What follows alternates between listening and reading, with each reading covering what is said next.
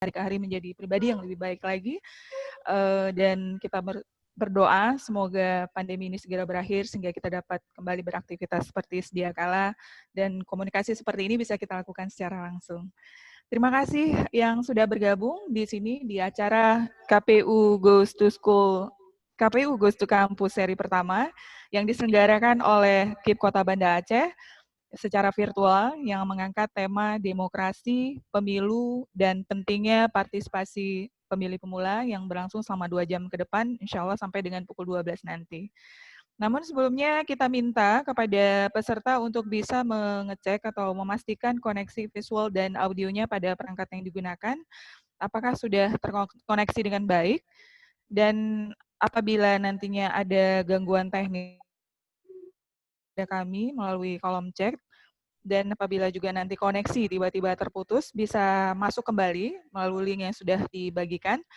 Namun besar harapan kami di sini untuk seluruh peserta yang sudah hadir bisa mengikuti acara ini sampai dengan selesai, karena nanti akan ada pembagian e-sertifikat bagi peserta yang mengikuti acara ini dari awal sampai akhir.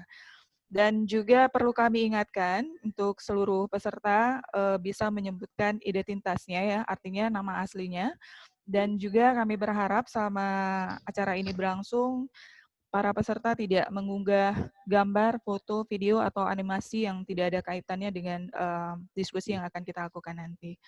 Dan juga kami menghimbau kepada seluruh peserta untuk kelancaran acara kuliah online kita hari ini, untuk bisa menonaktifkan atau memute-kan speaker selama acara ini berlangsung sampai dengan nanti sesi tanya jawab atau sesi Q&A yang akan kita persilahkan bagi peserta yang ingin bertanya.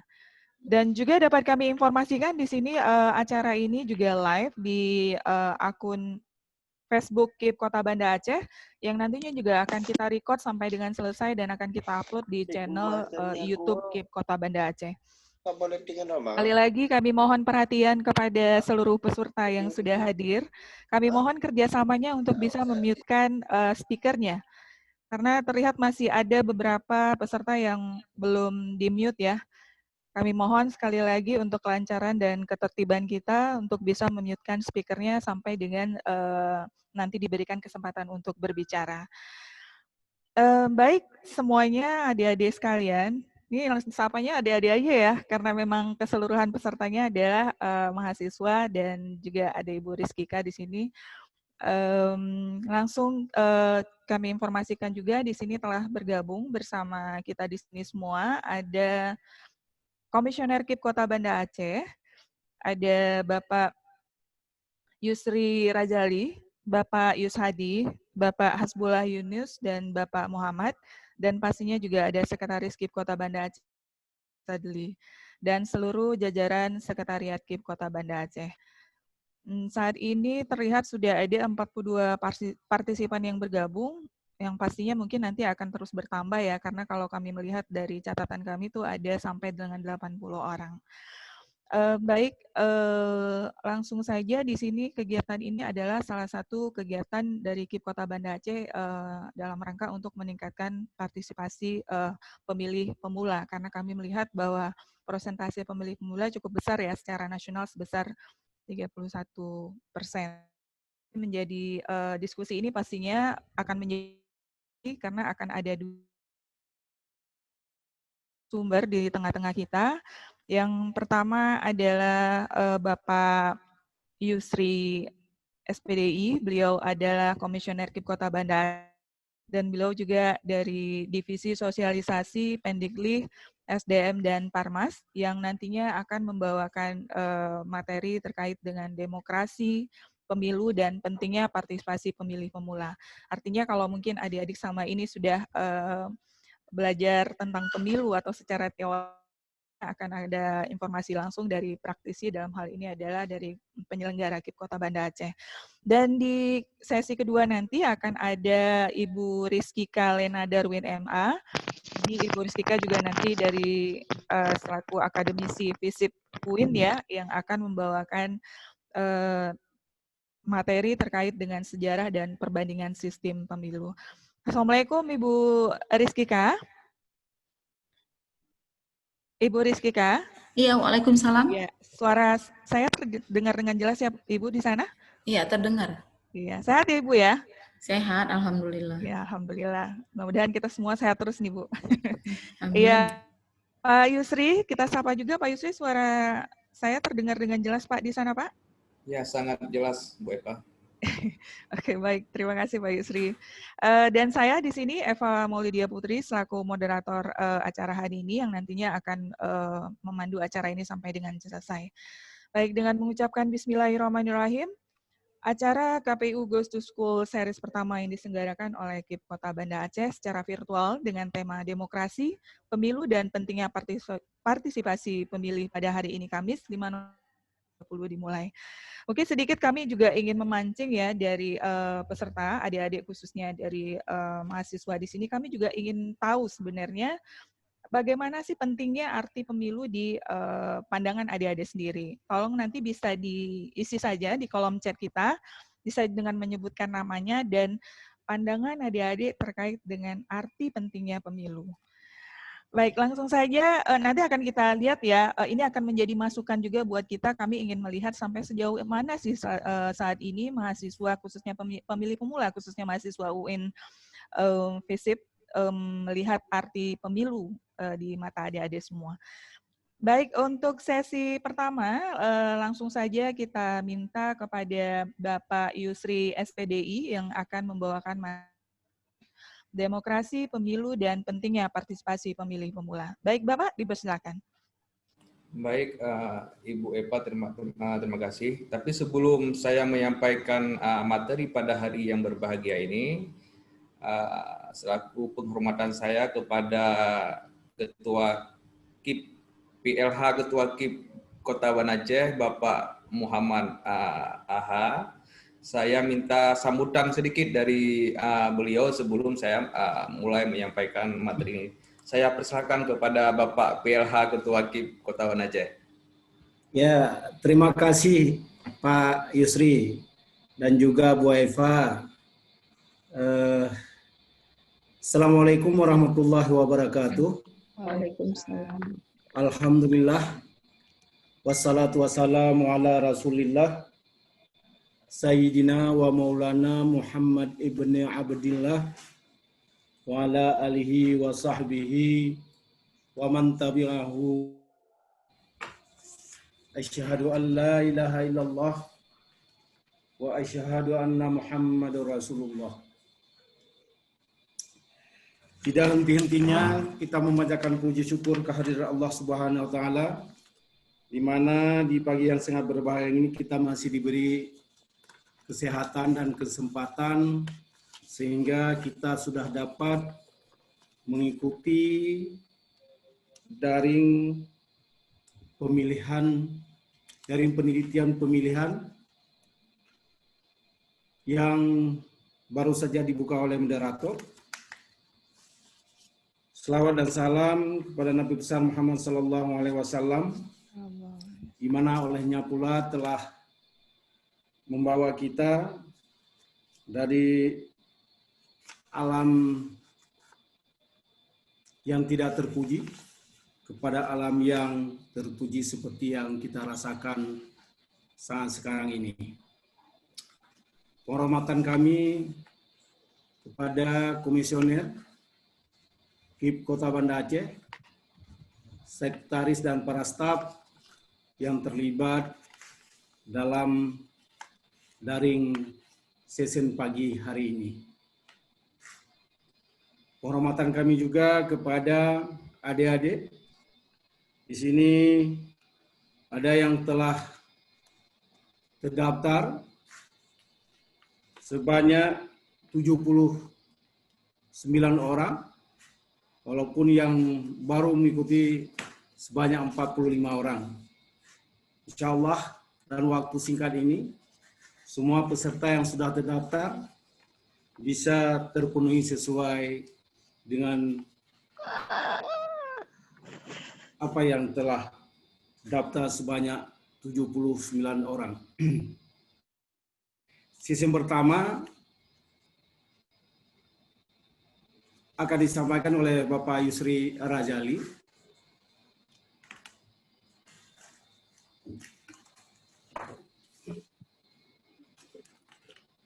menyangkut dengan materinya,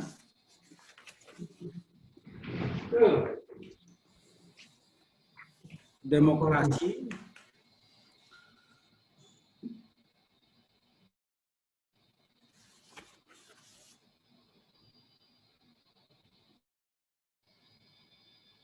Goes to Campus dan KPU Goes to School tahun 2020. Saya, seperti yang dikatakan oleh Pak Yusri tadi, sebenarnya dalam agenda ini kita tidak ada pembukaan, tapi langsung dengan pematerinya, apa yang sesuai dengan tema yang telah diberikan kepada masing-masing pemateri. Juga ke akademisi Bu Rizkika yang dari Sospol UIN Banda Aceh. Kemudian kami tentunya mengharap kepada kedua pemateri bisa disampaikan dengan lugas, mudah dimengerti oleh semua peserta. Maklum secara kebetulan bahwa peserta kita peserta muda, peserta milenial bisa dikatakan, barangkali ada juga yang belum pernah mengikuti pemilu satu kali pun, dan insya Allah dengan ada daring pendidikan ini, kepada semua peserta bisa memahami bagaimana pentingnya sebuah demokrasi dan juga mengetahui dengan sejarah-sejarah pemilu yang juga akan disampaikan oleh Bu Rizkika nantinya.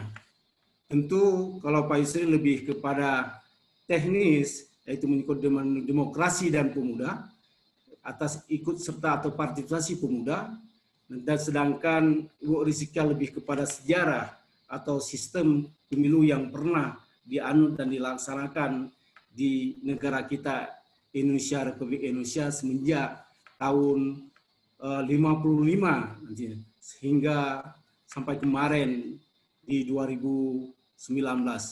Mungkin ini harapan kami dari KIP Kota Banda Aceh, semoga bermanfaat terutama kepada kami pelaksana, kami seluruh komisioner, baik di level komisioner maupun di para sekretariat, dan juga tidak kalah pentingnya kepada adik-adik semua yang mengikuti nantinya bermanfaat untuk demi negara kesatuan Republik Indonesia dan juga nampak sebuah demokrasi yang kita anut sehingga lebih meyakinkan, lebih percaya kepada siapa saja baik pemerintah maupun legislatif dan juga kepada yudikatif nantinya. Mungkin ini yang bisa saya sampaikan di awal. Semoga pembuka acara daring ini semoga bermanfaat kepada kita semua. Hazanallahu iyyakum ajma'in. Assalamualaikum warahmatullahi wabarakatuh.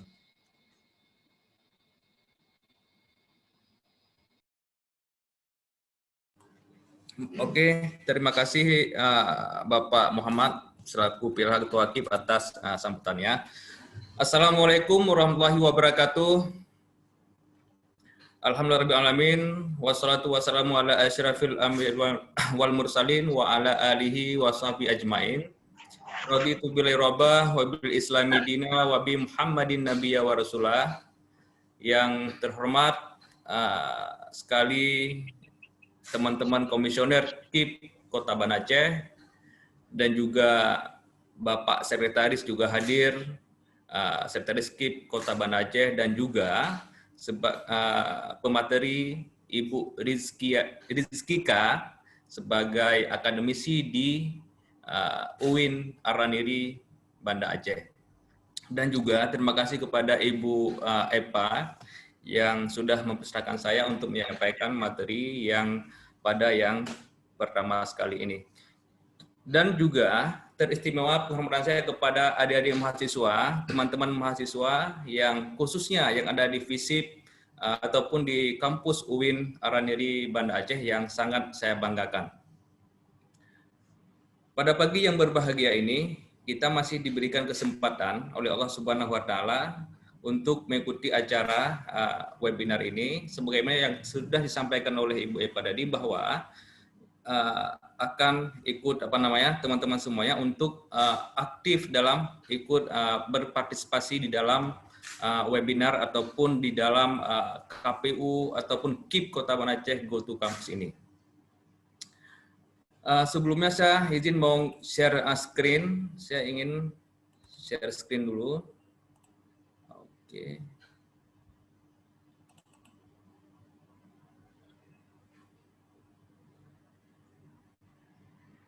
Screen saya nampak nggak? Halo Ibu Epa, nampak screen? Nampak, Pak. Oke. Kalau nampak oke, terima kasih. Sebagaimana judul yang diberikan kepada saya bahwa terkait dengan demokrasi pemilu dan pentingnya partisipasi pemuda. Jadi yang menjadi pertanyaan mendasar kita, seberapa penting sih partisipasi pemuda di dalam sebuah pesta demokrasi ataupun dalam sebuah pemilu seperti itu? Nanti akan terjawab di dalam diskusi kita selanjutnya. Yang pertama kita akan melihat demokrasi. Demokrasi mungkin teman-teman mahasiswa sudah mengetahui apa itu sih demokrasi, pasti sudah tahu yang ujung-ujungnya adalah dalam pemilu seperti itu. Dan juga ini sudah ada saya buat semacam ini ada prinsip demokrasi. Prinsip demokrasi ini yang pertama adalah kekuasaan. Ya, kekuasaan ini di bawahnya ada 3, ada legislatif, ada eksekutif, dan juga ada yudikatif. Dan saya sangat yakin teman-teman mahasiswa, teman-teman pemuda, generasi muda sudah sangat familiar dengan 3 lembaga ini, yaitu lembaga legislatif, lembaga eksekutif, dan juga lembaga yudikatif. Di legislatif yang pertama ada MPR, dan di bawahnya juga ada DPR dan DPD. Sedangkan di eksekutif ada presiden dan juga dengan perangkat-perangkat menterinya dan sebagainya. Yang ketiga, yudikatif adalah ada MA, ada MK, dan juga ada KY. Dan ini merupakan prinsip demokrasi. Dan juga ada pemilihan umum. Pemilihan umum ini adalah kebebasan dalam memilih pemimpin dan atau wakil rakyat. Jadi tidak boleh ada paksaan di dalam memilih pemimpin. Jadi seperti itu. Dan juga ada manajemen terbuka. Yang ketiga juga ada kebebasan individu. Ini merupakan prinsip-prinsip yang ada di dalam demokrasi. Selanjutnya adalah konsep demokrasi.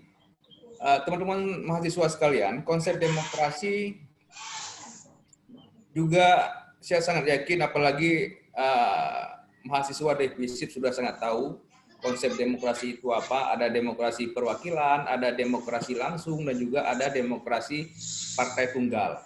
Dan demokrasi partai tunggal ini seperti contoh di negara Cina. Mereka hanya menganut sistem partai tunggal, yaitu partai komunis.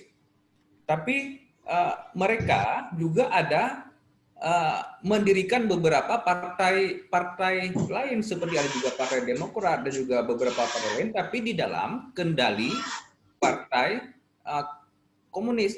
Ya, seperti yang saya tulis di sini bahwa sering disebut dengan demokrasi satu partai, di mana dalam satu negara tersebut hanya diizinkan mempunyai satu partai saja. Terkadang terdapat lebih dari satu partai, tetapi partai lainnya sengaja didesain untuk menjadi pelengkap saja. Ini terjadi di negara Cina seperti itu. Dan juga terbuka sana.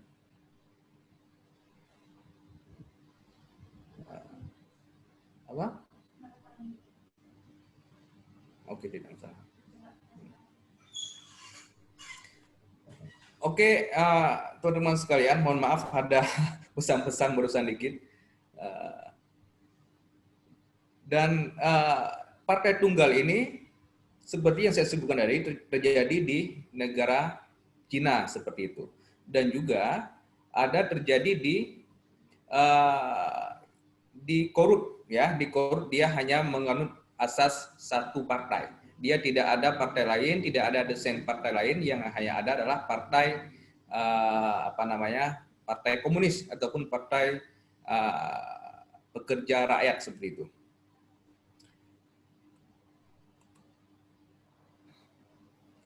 Oke, saya ingin menanyakan kepada Ibu Epa ya. Ibu Epa, Pak, nampak screen Iya Pak, dari sini nggak kelihatan, atau mungkin kita bukakan langsung dari operatornya, boleh Pak?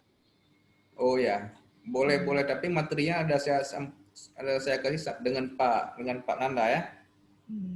Kita coba dibuka, saya stop di sini screen-nya. Oke Pak. Kita buka di sini aja, dari operator. Hah? Atau Bapak bisa di stop dulu, terus diulang lagi Pak. Sudah saya stop nih. Kita coba sekali lagi boleh Pak? Seperti tadi, kayaknya itu filenya tadi agak lama untuk di open ya Pak. Maksudnya saya coba sekali lagi Pak. Kita coba sekali lagi. Oke Pak, sudah terlihat. Sudah terlihat ya, oke.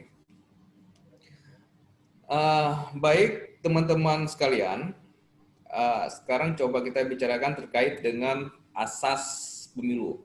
Mungkin juga sudah kita ketahui bersama, asas pemilu ini yang pertama adalah jujur, juga mandiri, jujur, adil, ada kepastian hukum, tertib, kepentingan umum, keterbukaan, proporsionalitas, dan profesional, akuntabilitas, efisiensi, dan juga efektivitas.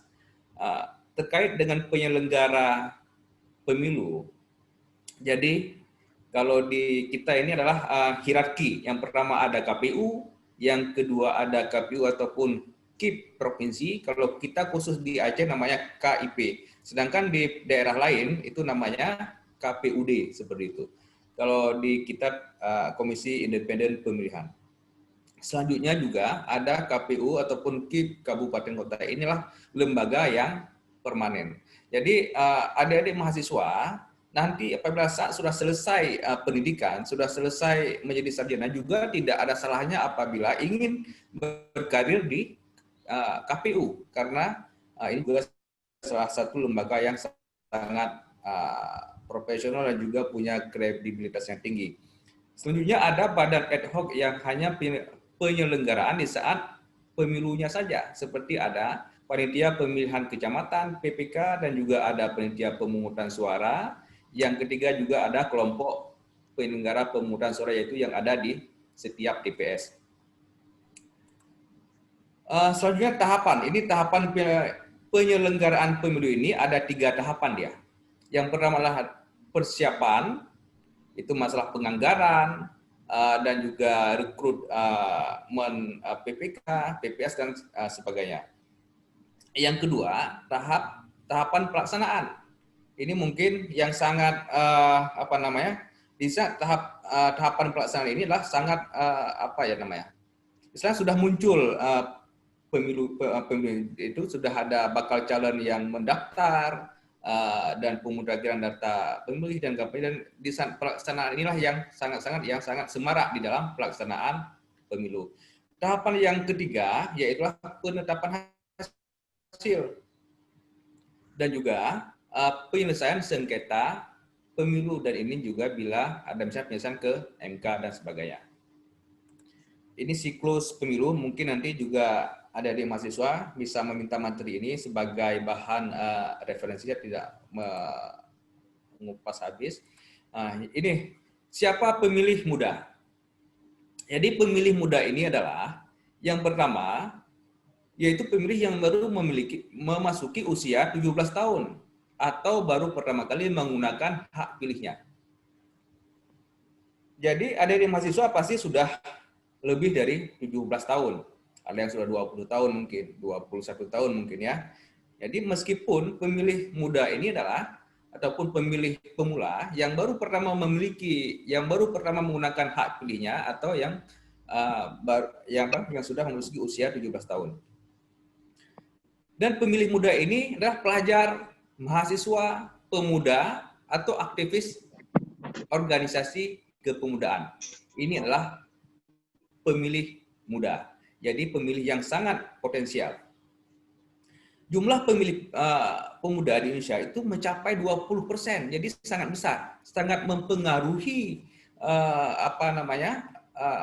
dalam sebuah pesta demokrasi karena jumlah pemilih pemuda ini sangat besar seperti itu. Coba kita melihat di slide selanjutnya, ini adalah jumlah pemilih pemula atau pemuda dari pemilu ke pemilu di Indonesia. Pada pemilu 2004 ini 18%, ya, 18,4%, 2009 21%, 2014 11%, 2019 32%. Sangat potensial dan sangat besar persentase pemilih pemuda seperti itu. Ini yang sangat penting adalah karakteristiknya. Karakteristik pemilih pemuda ini dia sangat kritis, ya. Pemilih pemuda sangat kritis di dalam melihat sesuatu kondisi seperti itu. Misalnya ada kandidat yang tidak pro terhadap rakyat, dia sangat kritis. Makanya ada kelebihan-kelebihan tersendiri di dalam pemilih pemuda. Yang kedua, dia masih idealis. Tentunya adik-adik mahasiswa, teman-teman mahasiswa, sifat idealis ini masih ada, tidak bisa disogok dengan uang 100.000, tidak bisa ini karena pemilih pemuda inilah kaum-kaum yang pada umumnya adalah yang terpelajar. Jadi sifat idealisnya masih melekat seperti itu. Yang kedua, karakteristik pemilih pemuda ini juga independen. Jadi belum terkontaminasi dengan partai apapun dan dia masih bersifat independen dan dia bebas menggunakan hak pilihnya dan sebagainya. Dan juga anti status quo dan juga pro perubahan. Ya, pemilih pemuda ini lebih pro dalam sebagaimana sering kita mendengar bahwa pemuda adalah sebagai agen of change, sebagai agen perubahan. Ya, karena pemilih pemuda ini adalah pemilih yang sangat cerdas dan lebih rasional. Karena pemilih muda ataupun pemilih milenial inilah pemilihan, dia memilih sangat rasional. Kalau dia suka ya milih, kalau dia tidak suka ya enggak. Jadi lebih rasional seperti itu.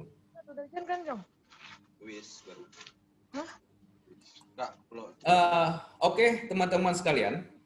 Serius. Bagaimana sih bentuk-bentuk partisipasi pemilih pemuda? Bentuk-bentuk partisipasinya bisa dia dalam bentuk sosialisasi, misalnya kalau kita kemarin ada terlibat di dalam relawan demokrasi. Kan belum ada.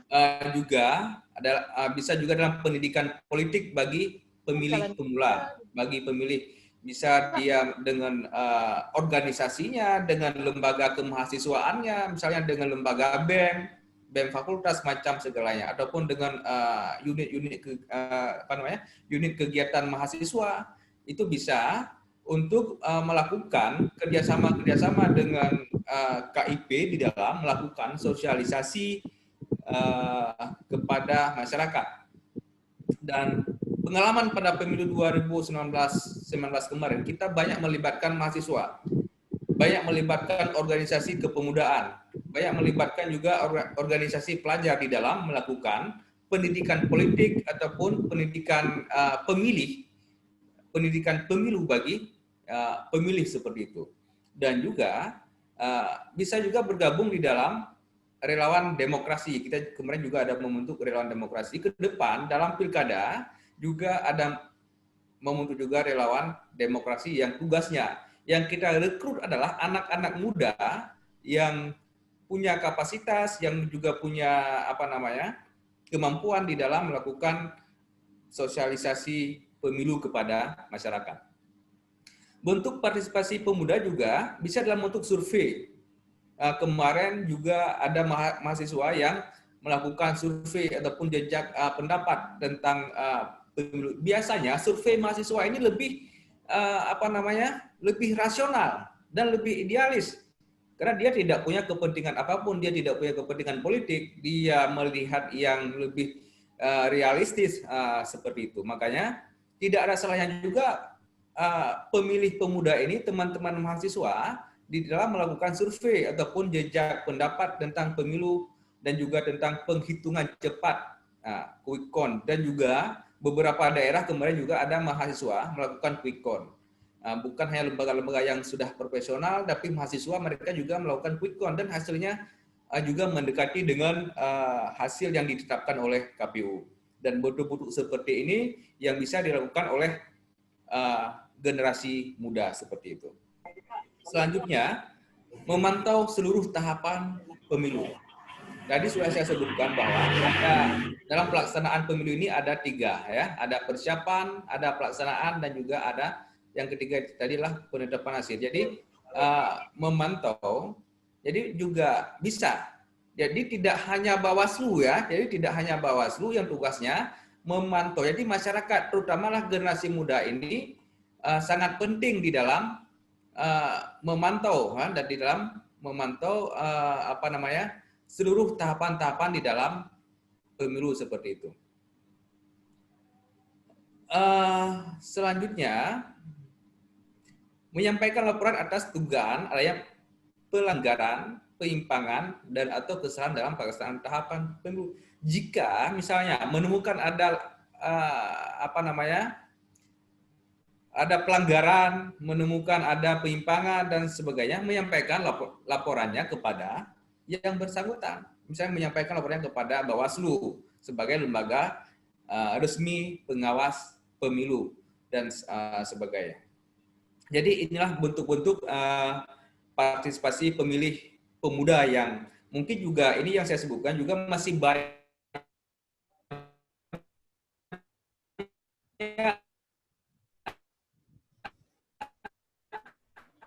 bentuk-bentuk partisipasi yang macam membuat pro demokrasi dan sebagainya. Ini hanya sebagai angka, jadi tidak perlu saya sampaikan.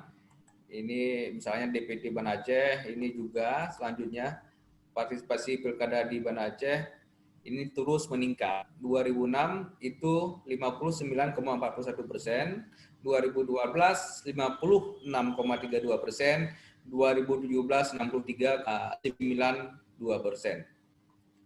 Terus pada pemilu yang tadi pilkada, pemilu 2009 itu 60,19%, 2014 62,00%, 2009 78,63% legislatif. Jadi sangat signifikan persentase angka naik, dan ini tidak terlepas dari bukan hanya kerja dari lembaga KIP ini kerja juga dari teman-teman mahasiswa yang sangat proaktif di dalam membantu juga teman-teman organisasi di dalam melakukan sosialisasi kepada masyarakat. Ini kalau presiden, hasil presiden di Kota Banda Aceh 2009 itu 63,41%, 2014 turun menjadi 53%, sedangkan 2019 kemarin naik menjadi 78,63%. Ini naik sangat besar dan sangat signifikan, dan ini adalah hasil di dalam hasil partisipasi pemilih yang ada di Kota Banda Aceh. Mungkin hanya itu saja yang bisa saya sampaikan pada kesempatan ini. Nanti kita akan perkaya lagi dalam diskusi. Nanti juga ada yang kita akan dalam diskusi ini lebih kepada diskusi. Mungkin sekian dulu dari saya. Saya akhiri. Wallahu muwaffiq ila aqwamit thoriq. Wassalamualaikum warahmatullahi wabarakatuh. Waalaikumsalam. Terima kasih Pak Yusri yang sudah memberikan pemaparan ya terkait dengan demokrasi, pemilu, dan partisipasi tadi yang dari pemilu yang sudah berlangsung baik di Kota Banda Aceh, baik untuk Pilpres, Pilkada, dan juga Pileg. Dan juga tadi setelah disebutkan juga bahwa memang ada beberapa informasi kepemiluan yang di-sharingkan kepada adik-adik semua ya. wawasan baru lagi buat adik-adik, dan karena di sini juga kita berharap bahwa adik-adik sebagai pemilih pemula nantinya bisa menjadi agen seperti yang dikatakan oleh Pak Yusri tadi, menjadi agen sosialisasi di lingkungannya masing-masing. Baik, sekarang kita ingin melihat pandangan dari akademisi ya, kira-kira sejarah dan perbandingan sistem pemilu itu kalau secara teori mungkin ya, atau itu seperti apa? Ini akan disampaikan langsung oleh Ibu Rizkika Lena Darwin MA. Kepada Ibu kami persilakan. Baik, terima kasih Ibu Eva sebagai moderator. Assalamualaikum warahmatullahi wabarakatuh. Waalaikumsalam. Terima kasih atas kesempatannya. Saya Rizkika Lena Darwin, bekerja dan mengajar di Prodi Ilmu Politik Visip UIN Araniri. Sebelum memulai presentasi saya hari ini, saya ucapkan terima kasih kesempatannya yang diberikan kepada saya. Di sini juga hadir tadi Komisioner KIP Kota Banda Aceh beserta jajaran. Semoga nanti bisa ngobrol-ngobrol lebih jauh lagi terkait dengan bagaimana pelaksanaan pemilu Kota Banda Aceh. Nah, dalam hal ini saya akan share screen presentasi saya. Apakah sudah kelihatan, Ibu Eva? Sudah, Ibu. Sudah. Baik, moderator, pimpinan, komisioner KIP Kota Banda Aceh, dan peserta webinar pada hari ini yang saya lihat hampir mayoritas adalah mahasiswa. Hari ini saya akan berbagi narasi bersama teman-teman semua di sini, anak-anak muda Aceh, anak-anak muda Indonesia, tentang sistem pemilu di Indonesia. Nah, sebelum bicara tentang sistem pemilu di Indonesia, kira-kira penting untuk menjelaskan apa pentingnya pemilu. Kenapa kemudian kita sangat fokus untuk melaksanakan pemilu yang cukup ideal, ya. Tadi Pak Komisioner KIP Kota Banda Aceh sudah menjelaskan yang jurdil, kemudian akuntabilitas dan segala macamnya. Nah, ini ada tiga poin penting kenapa penting pemilu ada. Pertama, pemilu itu jadi mekanisme terpenting untuk keberlangsungan demokrasi perwakilan. Ini cukup penting. Kenapa? Misalnya ini Indonesia dengan wilayah yang cukup luas, dengan masyarakat yang cukup banyak, sehingga perlu ada organ yang mewakili atau merepresentasi kepentingan dirinya sebagai society. Kemudian yang kedua, pemilu ini jadi indikator negara demokrasi. Dalam artian karena masyarakat itu terlibat langsung untuk menentukan siapa orang yang akan mewakili aspirasinya dalam konteks pemerintahan. Ketiga, pemilu jadi cara untuk memperlemah dan mengakhiri rezim otoriter. Kita bisa, walaupun Indonesia sudah melakukan pemilu sebelum Orde Baru, tapi pemilu yang tadi dalam konteks ideal dijelaskan oleh Pak Komisioner, itu terjadi pasca Orde Baru di era reformasi. Nah, ini 3 poin penting kenapa sih sebenarnya pemilu itu cukup penting dan menjadi fokus kita sebagai negara demokrasi. Nah, dalam pemilu itu ada beberapa unsur dalam pemilu yang cukup yang akan selalu kita bahas. Pertama, balloting. Balloting itu beberapa negara misalnya itu menerapkan kategorikal, ya, memilih satu partai atau memilih calon. Kemudian ada juga negara-negara yang menerapkan ordinal. Mereka bisa membuat preferensi, misalnya seperti di Australia misalnya. Jadi membuat preferensi, membuat pengrankingan dari satu partai atau satu calon itu, mereka buat ranking misalnya. Kemudian apalagi yang diatur dalam pemilu itu ada besaran distrik. Kita sebutnya dapil, daerah pemilihan. Ya, kalau teman-teman tuh dengar dapil 1, dapil 2 dan sebagainya itu disebut dengan besaran distrik kalau dalam teori. Kemudian formula pemilihan, ada pluralitas, ya, ada mayoritas. Biasa pluralitas mayoritas itu digunakan dalam sistem distrik. Kemudian ada sistem proporsional. Itu biasanya perolehan kursi sebanding dengan perolehan suara. Nah, kalau kemudian ada ambang batas. Kita mengenal 3 hal, ada electoral threshold, ada parliamentary threshold, kemudian ada presidential threshold. Nanti saya akan jelaskan di slide selanjutnya. Indonesia itu pernah menerapkan ambang batas yang seperti apa.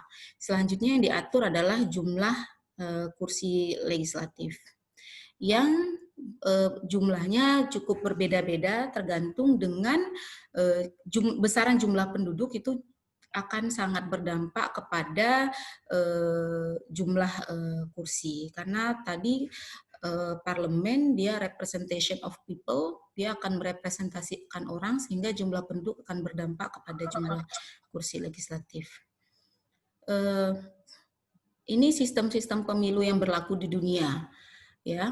Tapi mayoritas negara itu menerapkan distrik atau proporsional. Ada campuran, ada lainnya. Campuran itu berusaha memix antara proporsional dan sistem distrik. Ini electoral system families. Ada tadi saya sebutkan ada plurality majority, itu masuk sistem distrik. Dalam sistem distrik metode perhitungan suaranya juga ada 5 tipe berbeda-beda. Kemudian mix atau campuran tadi ada 2. Selanjutnya proportional representation atau sistem proporsional, ini yang berlaku di Indonesia. Itu ada 2 model, list proporsional dan STF. Kemudian ada others, ada 3 model yang di luar dari ketiga sistem. Ternyata di belahan dunia itu menggunakan beragam sekali sistem pemilu yang kemudian digunakan tergantung dengan konteks dan kebutuhan negara tersebut. Oke. Nah, ini perbandingan sistem pemilu yang digunakan oleh negara di dunia. Dan plurality majority atau distrik itu 91 negara. Kemudian proporsional ada 72, campuran ada 30. Walaupun campuran ini kemudian besaran proporsional lebih besar dibandingkan dengan sistem distrik. Lainnya ada 6 negara. Nah, tapi ternyata ketika saya baca referensi yang dikeluarkan oleh Idea Handbook tentang electoral system design, kecenderungan sistem pemilu di negara-negara di dunia itu mengarah kepada sistem proporsional. Tadi, bila pun ada yang sistem campuran, tapi kemudian kecenderungan proporsionalitasnya itu lebih dominan dibandingkan dengan sistem distrik. Oke, saya hanya akan membandingkan 2 sistem, distrik dan sistem proporsional. Ini dari tekanannya menekankan pertanggungjawaban pemerintah, kalau proporsional menekankan proporsionalitas perwakilan, kemudian biasanya dalam sistem distrik itu ukuran dapilnya kecil, jumlah dapilnya banyak, karena 1 orang yang mewakili 1 distrik, kalaupun banyak Pak, tidak lebih dari 2 orang. 2 calon maksud saya. Kemudian sistem proporsional ukuran dapilnya besar. Teman-teman mahasiswa mungkin bisa membayangkan dapil 1 Aceh, dapil 2 Aceh misalnya, ada sekitar 7 dan 6 calon, ya, 7 atau 6 kursi yang diperebutkan oleh calon. Kemudian ini nanti saya akan bagikan slide-nya kepada teman-teman mahasiswa. Selanjutnya suara. Nah, kalau dalam sistem distrik itu akan banyak sekali suara yang hilang. Kenapa? Karena kursi yang diperebutkan sedikit, 1 atau 2. Selanjutnya sisa suara yang tidak memilih calon tersebut dianggap hangus. Nah, mayoritas lebih sederhana memang sistemnya. Sistem proporsional tidak ada suara yang hilang karena semua kemudian dibagi secara proporsional dan mayoritas absolut. Nah, dalam sistem distrik itu merugikan partai kecil biasanya, cenderung menghasilkan dua partai besar, ya. Walaupun tidak dua partai besar, dia biasanya jumlah partai di parlemen di negara tersebut itu lebih kecil dibandingkan dengan yang menerapkan sistem proporsional. Gitu. Kemudian dalam sistem proporsional partai kecil diuntungkan karena tadi tidak ada suara mayoritas, ya, semua punya peluang di mana jumlah kursi yang tersedia setiap dapil juga banyak dibandingkan dengan sistem distrik. Kemudian sistem pemerintahannya tidak mengarah kepada pemerintahan koalisi. Kenapa? Karena partai itu mendapatkan suara mayoritas, ya. Jadi misalnya dia akan pemilunya akan menghasilkan 1-2 partai atau kemudian menghasilkan tidak lebih dari 3 partai di parlemen. Teman-teman mungkin nanti yang masuk dengan saya dalam sistem kepartaian kita akan bisa bahas lebih detail.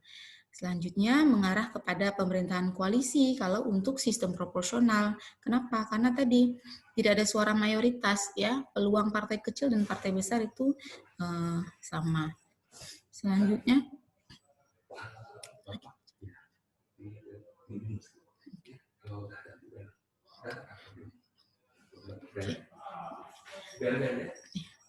baik, mohon maaf tadi sebentar. Nah, ini ada beberapa model sistem distrik, ya. Tadi saya gambarkan di sistem pemilu bagan yang sebelumnya. Ternyata dalam beberapa model sistem distrik itu ada 5 model sistem distrik yang diberlakukan. Ya, first past the post, ada block vote, ada party block vote, ada alternative vote, ada two round system.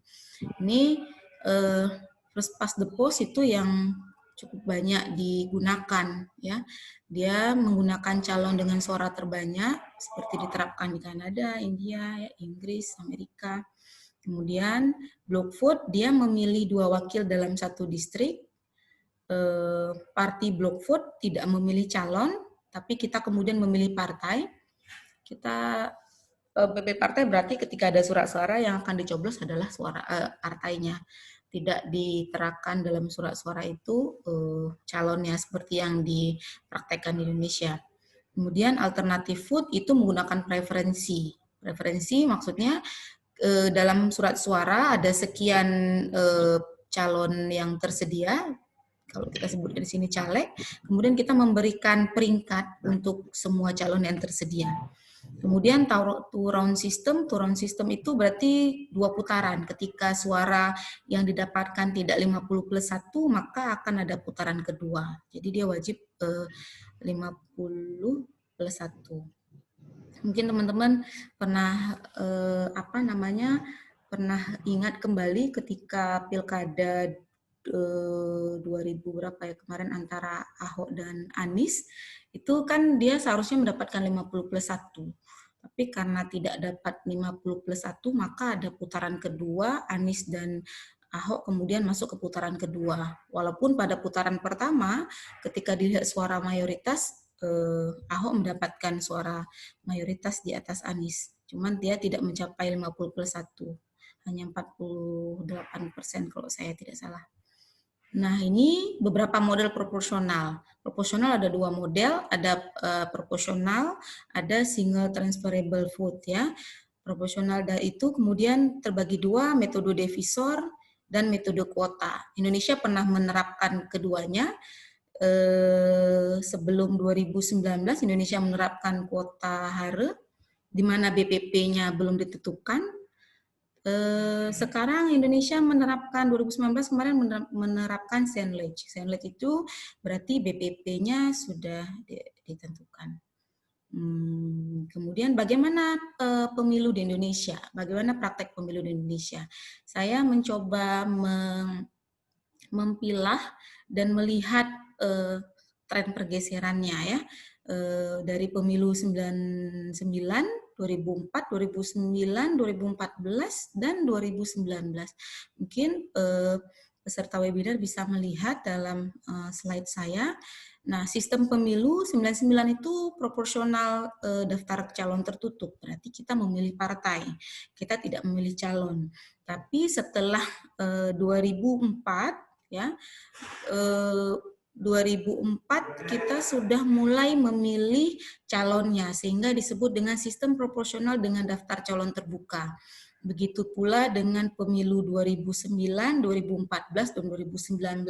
Kita masih menerapkan proporsional dengan daftar calon terbuka, sehingga semua pemilih ketika tertarik dengan caleg itu dapat langsung memilih calegnya, karena tersedia dalam kertas suara. Nah, terkait dengan jumlah kursi, di pemilu 99 itu ada 500, di DPR RI ada 500, jumlah kursi 462 melalui pemilu, proses terpilihnya 38 itu fraksi ABRI. Namun di 2004 sampai dengan 2019 kemarin, fraksi ABRI dihapus ya. Jadi jumlah kursi juga berubah-ubah. Tadi saya katakan bahwa tergantung dengan jumlah penduduk. Bertambah jumlah penduduk akan berdampak kepada penambahan jumlah kursi. Mungkin nanti Bapak Komisioner KIP Kota Banda Aceh tadi nanti bisa membantu menjelaskan terkait hal ini. Nah, dari 550 kursi di 2014 meningkat dari 560 di 2004, kemudian meningkat di 2009, kemudian tetap di 2014, dan 2019 ada 575 anggota DPR. Kemudian daerah pemilihan, ini pemilu 99, ya, daerah tingkat DPR, daerah tingkat 1, kemudian daerah tingkat 1 jadi 1 dapil, daerah tingkat 2 jadi 1 dapil. Tapi di 2004 itu sudah mulai penetapan dapil ditentukan oleh KPU. 2009 sampai 2019 ditentukan oleh legislatif terkait dengan dapil. Jadi penetapan dapil, proses politiknya ada di parlemen. Kemudian cara pemberian suara, coblos, dari mulai 99 sampai dengan 2019 tidak ada perubahan, masih coblos. Bedanya adalah tadi coblos partai, selanjutnya dari 2004 itu udah boleh coblos partai atau calon. Kalau coblos partai berarti suaranya masuk ke partai, nanti diikut dalam perhitungan suara. Kemudian kalau coblos calon, maka itu menjadi haknya calon. Nah, ini metode perhitungan suara yang saya katakan 99 sampai 2014 menggunakan kuota hare Indonesia, tapi 2019 sudah berganti menjadi sandwich. Ya, tadi yang BBP-nya sudah diatur. Kemudian threshold 99 kita menerapkan electoral threshold. Kemudian 2004 juga electoral threshold, 2009 juga 2009 itu ada parliamentary threshold 2,5%. Pemilu 2014 ada 3,5%. Penerapan parliamentary threshold untuk pemilu 2019 ada 4%, semakin lama semakin meningkat. Parliamentary threshold ini ambang batas partai dapat kursi di parlemen. Semangat dari ambang batas sebenarnya untuk mengurangi jumlah partai yang ada di parlemen, sehingga itu dalam hitung-hitungan pemerintah dapat mencapai stabilitas dalam perumusan kebijakan dibandingkan dengan begitu banyak partai yang ada di parlemen. Kemudian penetapan caleg terpilih, ya, pemilu 99 menurut nomor urut, 2004-2009 menurut nomor urut, dan 2014 sampai 2019 udah pakai suara terbanyak. Jadi kalau nanti ada teman-teman mahasiswa yang maju sebagai calon legislatif, ketika nomor urutnya pun nomor urut terakhir 8 misalnya, ketika suara terbanyak didapatkan maka dia berhak akan kursi tersebut. gitu ya. Berbeda dengan 2004 dan 2009 yang itu menurut nomor urut. Nah, biasanya nomor urut 1, 2, 3 itu kepada tokoh-tokoh di dalam partai tersebut. Selanjutnya, nah ini menurut saya penting untuk dibagikan ke kita semua, kebijakan afirmatif dalam pemilu. Nah, di Undang-Undang Nomor 7 2017 dijelaskan bahwa di dalam daftar bakal calon itu setiap 3 orang bakal calon terdapat paling sedikit 1 orang perempuan. Namun tidak ditentukan apakah perempuan itu di nomor urut 1, 2, 3, dan seterusnya tidak ditentukan. Tapi di antara 3 harus ada 1 calon perempuan. Nanti mungkin kembali kepada partai masing-masing dalam peletakan. Nah, ini data ini dari Puskapol cukup menarik. Ternyata yang nomor urut 1 itu nomor urut 2 menjadi nomor urut favorit.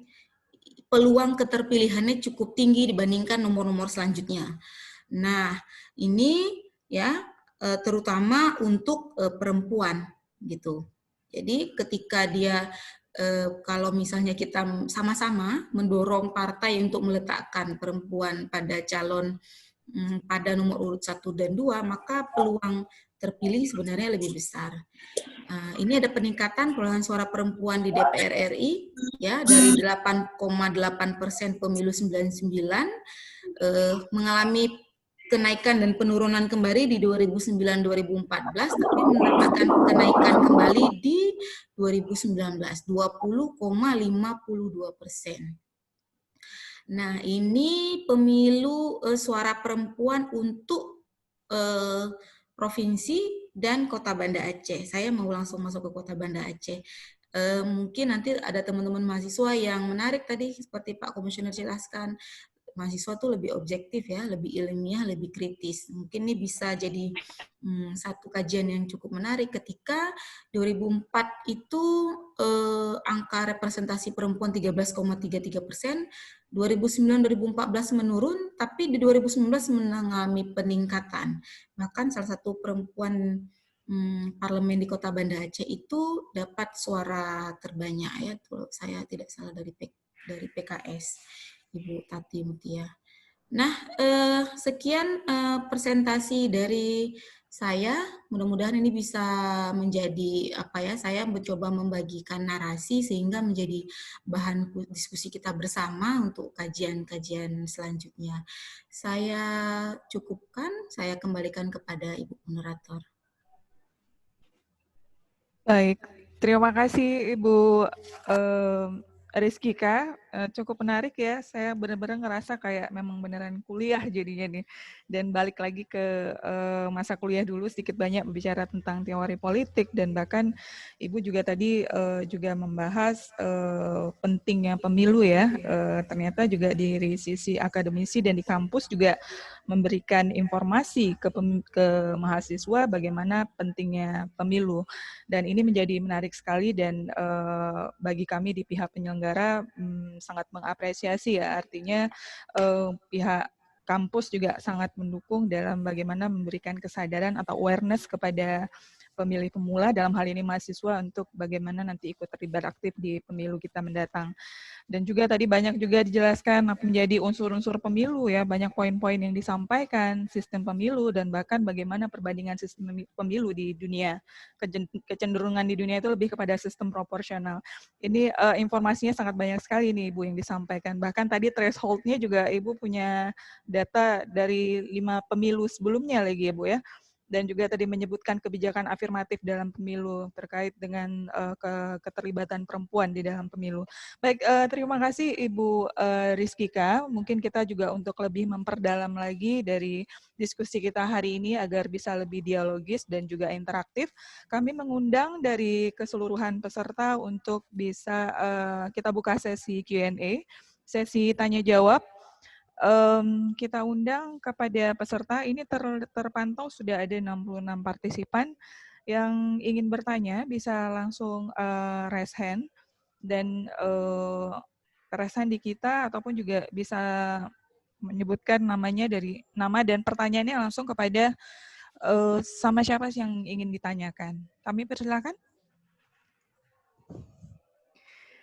Kepada adik-adik mahasiswa yang ingin bertanya, mungkin ingin bertanya langsung kepada Komisioner KIP Banda Aceh ataupun juga ingin memperdalam lagi dari sisi teorinya kepada Ibu Rizkika. Baik, sambil kita menunggu, mungkin tadi saya menyambung ya dari apa yang disampaikan oleh Ibu Rizkika. Pak Yusri? Pak Yusri? Ya, halo. Iya, Pak. Ini sedikit sambil kita menunggu pertanyaan dari peserta. Tadi Ibu Rizkika ada menyinggung sedikit meminta penjelasan dari kita terkait dengan alokasi kursi dengan jumlah penduduk. Jadi korelasinya itu seperti itu bagaimana? Mungkin bisa sedikit disampaikan Pak untuk menyaut dari apa yang disampaikan oleh Ibu Rizkika tadi. Silakan Pak.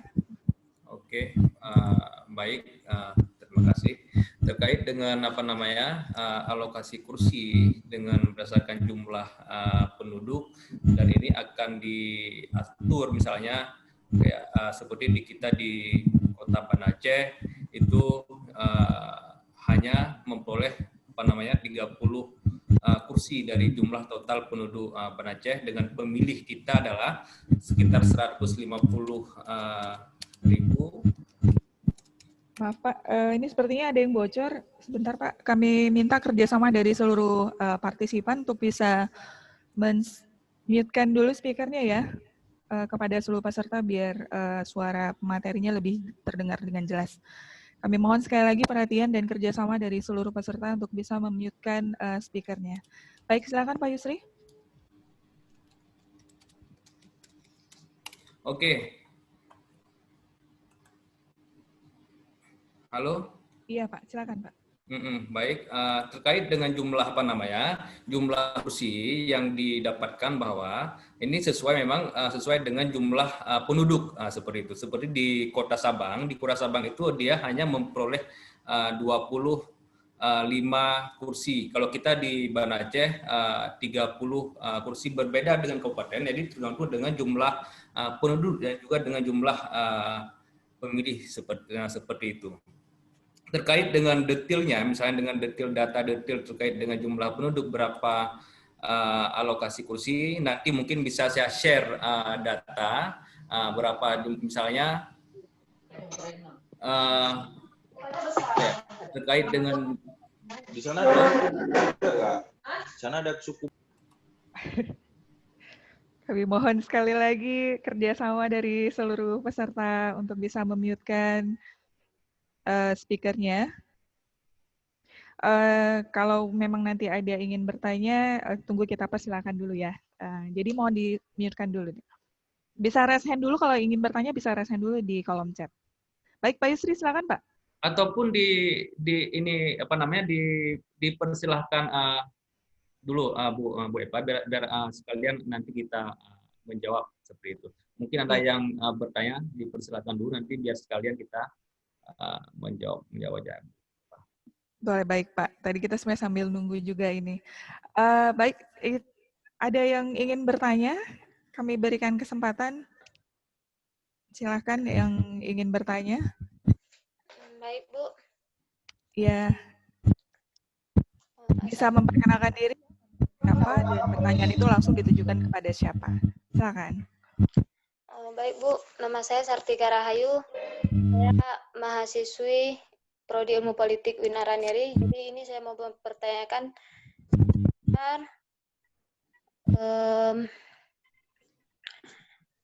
kepada Bu Rizkika. Jadi seperti yang tadi telah dijelaskan oleh Bu Rizkika tentang perbedaan dari tahun ke tahun sistem kepemiluan. Nah, di sini saya mau mempertanyakan mana yang lebih efektif dan lebih mudah dalam pemilu antara sistem proporsional dengan daftar calon tertutup dengan sistem proporsional dengan daftar calon terbuka. Karena kan kalau misalnya tertutup, dia kan kita lebih memilih ke partainya. Jadi kayak misalnya nggak perlu ribet-ribet suara kan. Nah, sekian Bu. Terima kasih. Oke, Sartika, satu pertanyaannya tadi ya. Baik, ada lagi yang ingin bertanya sebelum Saya kita Bu, boleh? ya, dengan apa?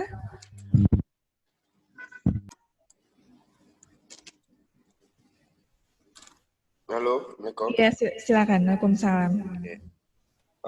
Ini izin bertanya ya untuk komisioner KIP Banda Aceh. Dalam sistem pemilu di Banda Aceh kan Bisa dirasa perkenalkan sudah diri cukup. dari mana? Maksudnya namanya siapa? Oke, maaf. Nama saya Muhammad Hawin dari FISIP UIN Araniri, Ilmu Politik. Ingin bertanya kepada komisioner KIP Banda Aceh. Kan? Baik. Dalam Banda Aceh ini kan penduduknya padat, seperti di Kuta Alam dan beberapa bagian lagi kecamatannya kan.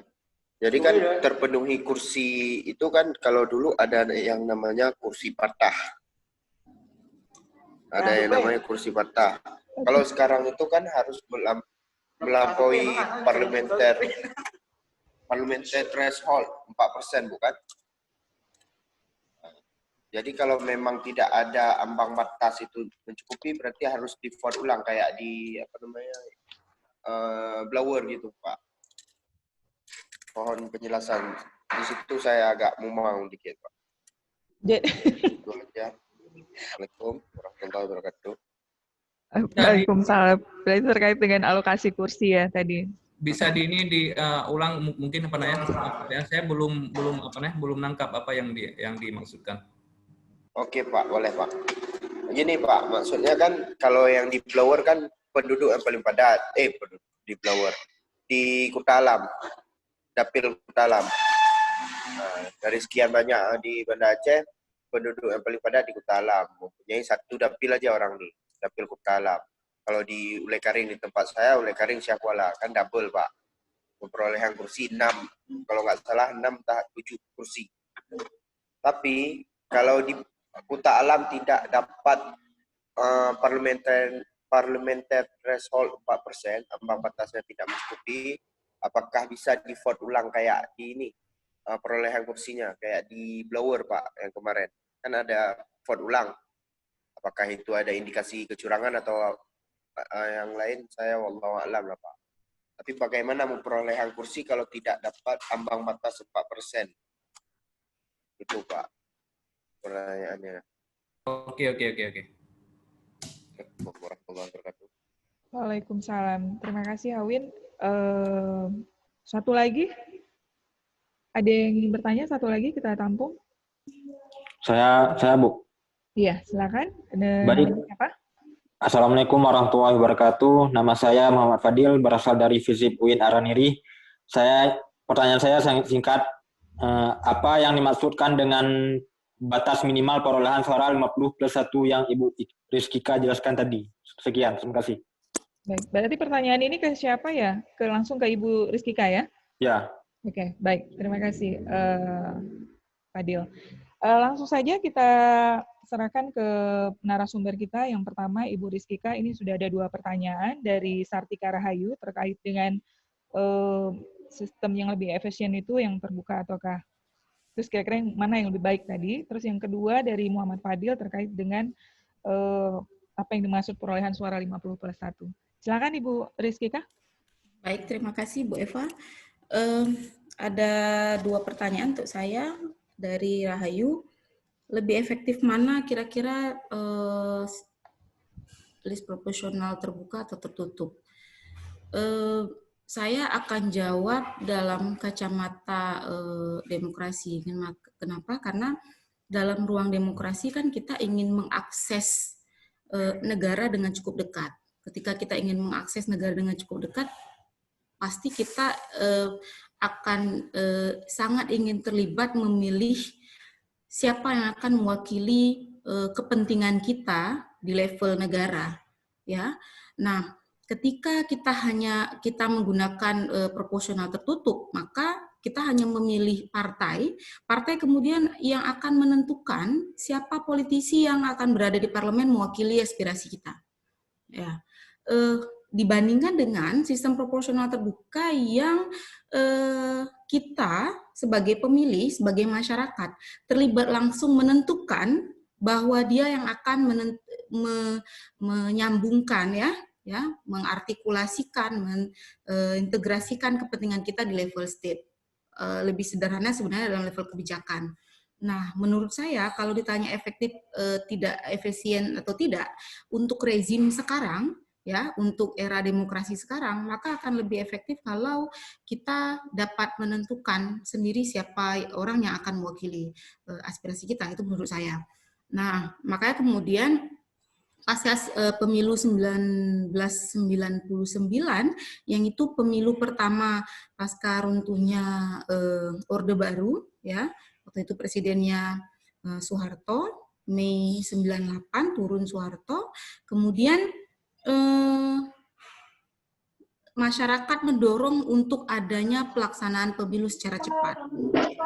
Nah, ketidaksiapan itu kemudian membuat pilihan proporsional tertutup masih cukup efektif. Tapi dengan perkembangan demokrasi saat ini, maka tuntutan untuk proporsional terbuka akan jauh lebih efisien efektif untuk menampung era demokrasi saat ini. Nah, pertanyaan kedua tadi terkait tentang 50+1. Saya tadi contohin pilkada DKI Jakarta ya. Kalau teman-teman flashback lagi informasi yang lalu, pilkada DKI Jakarta itu Ahok itu 49%. Ya, teman-teman boleh klarifikasi kalau saya silap menyebutkan, Anies itu sekitar 48%. Apa ya? Tapi sisanya itu kemudian suara Agus Yudhoyono, ya, Agus Yudhoyono. Nah, dengan potret angka begitu kan tidak ada calon yang mendapatkan 50+1. 50+1 ada calon yang suaranya itu di atas 50%, minimal 51% gitu. Nah, ketika tidak ada calon yang mendapatkan suara 50+1, dalam artian 50% lebih, maka akan ada putaran kedua untuk sampai mencapai 50+1.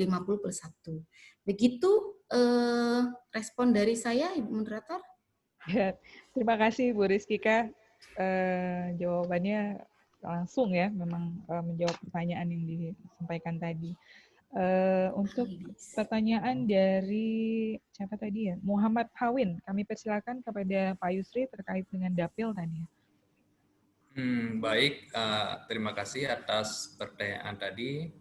Jadi saya ingin merespon secara umum ya. Saya ingin merespon secara umum yang pertama tadi bahwa perlu kita pahami bahwa dalam pembagian kursi tadi, dalam pembagian kursi ini tergantung dengan jumlah penduduk seperti itu.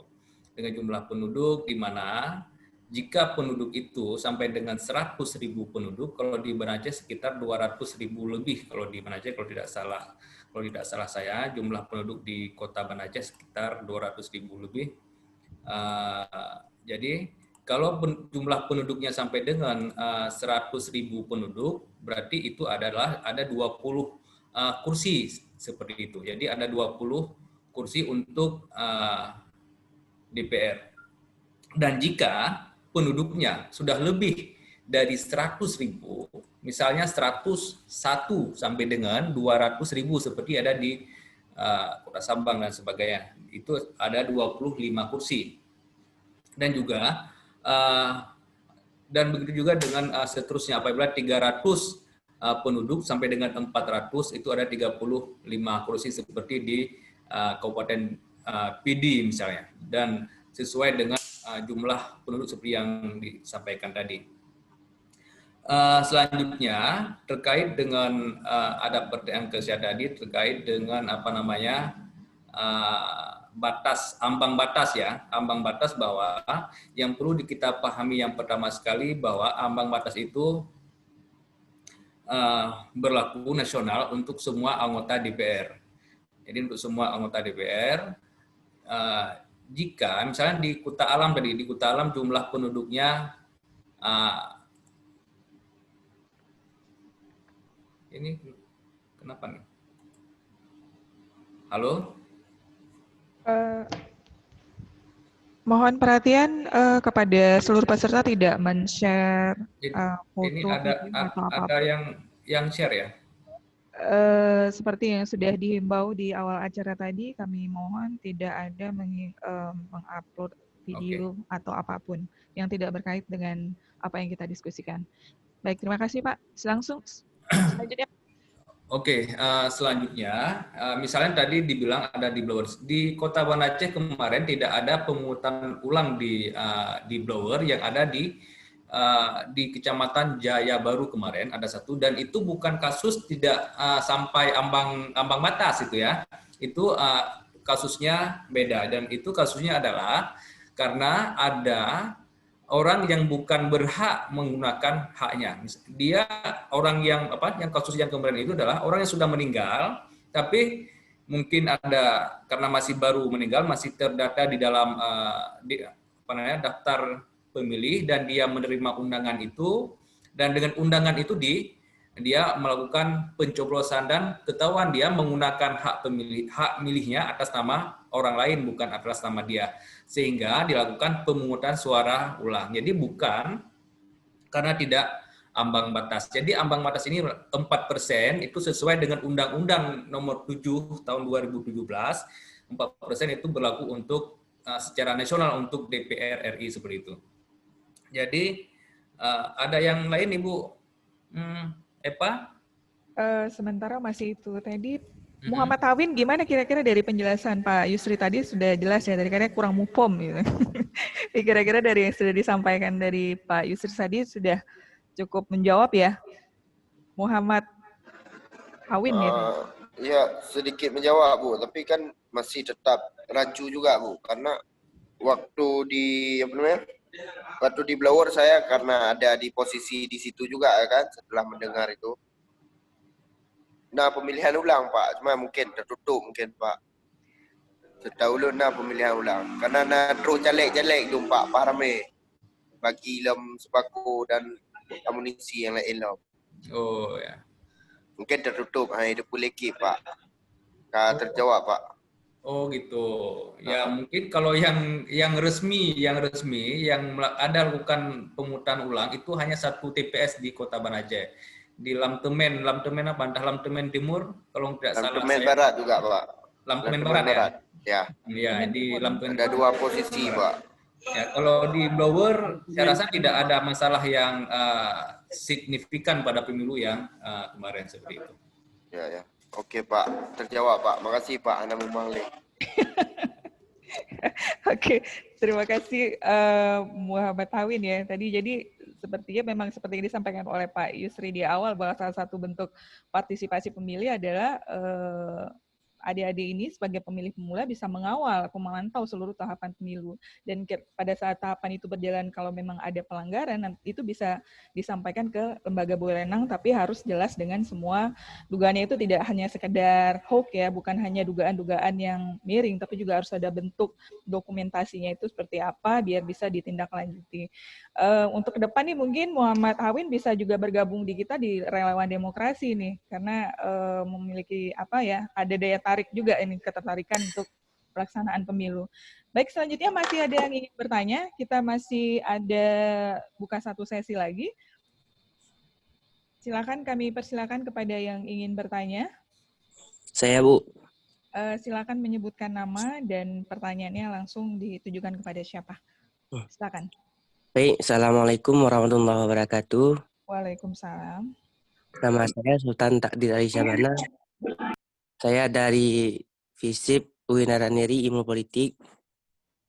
Saya ingin bertanya kepada Bapak Yusri Razali, Banda Aceh. Yang ingin saya tanyakan adalah mengenai kecurangan dalam pemilu, seperti money politik. Bukankah money politik sudah sangat merajalela di Aceh, khususnya di Aceh? Bukankah aparat ataupun peraturan sudah mengeluarkan kebijakan tidak boleh money politik. Tapi kenapa masih ada money politik merajalela di Aceh? Bagaimana pendapat Bapak dan solusi yang paling tepat untuk kita semua? Baik, terima kasih. Baik, terima kasih Sultan Takdir. Selanjutnya ada yang ingin bertanya lagi? Kita tampung 3 pertanyaan. Kami persilakan. Kami persilakan jika ada yang ingin bertanya. Kita terima 2 pertanyaan.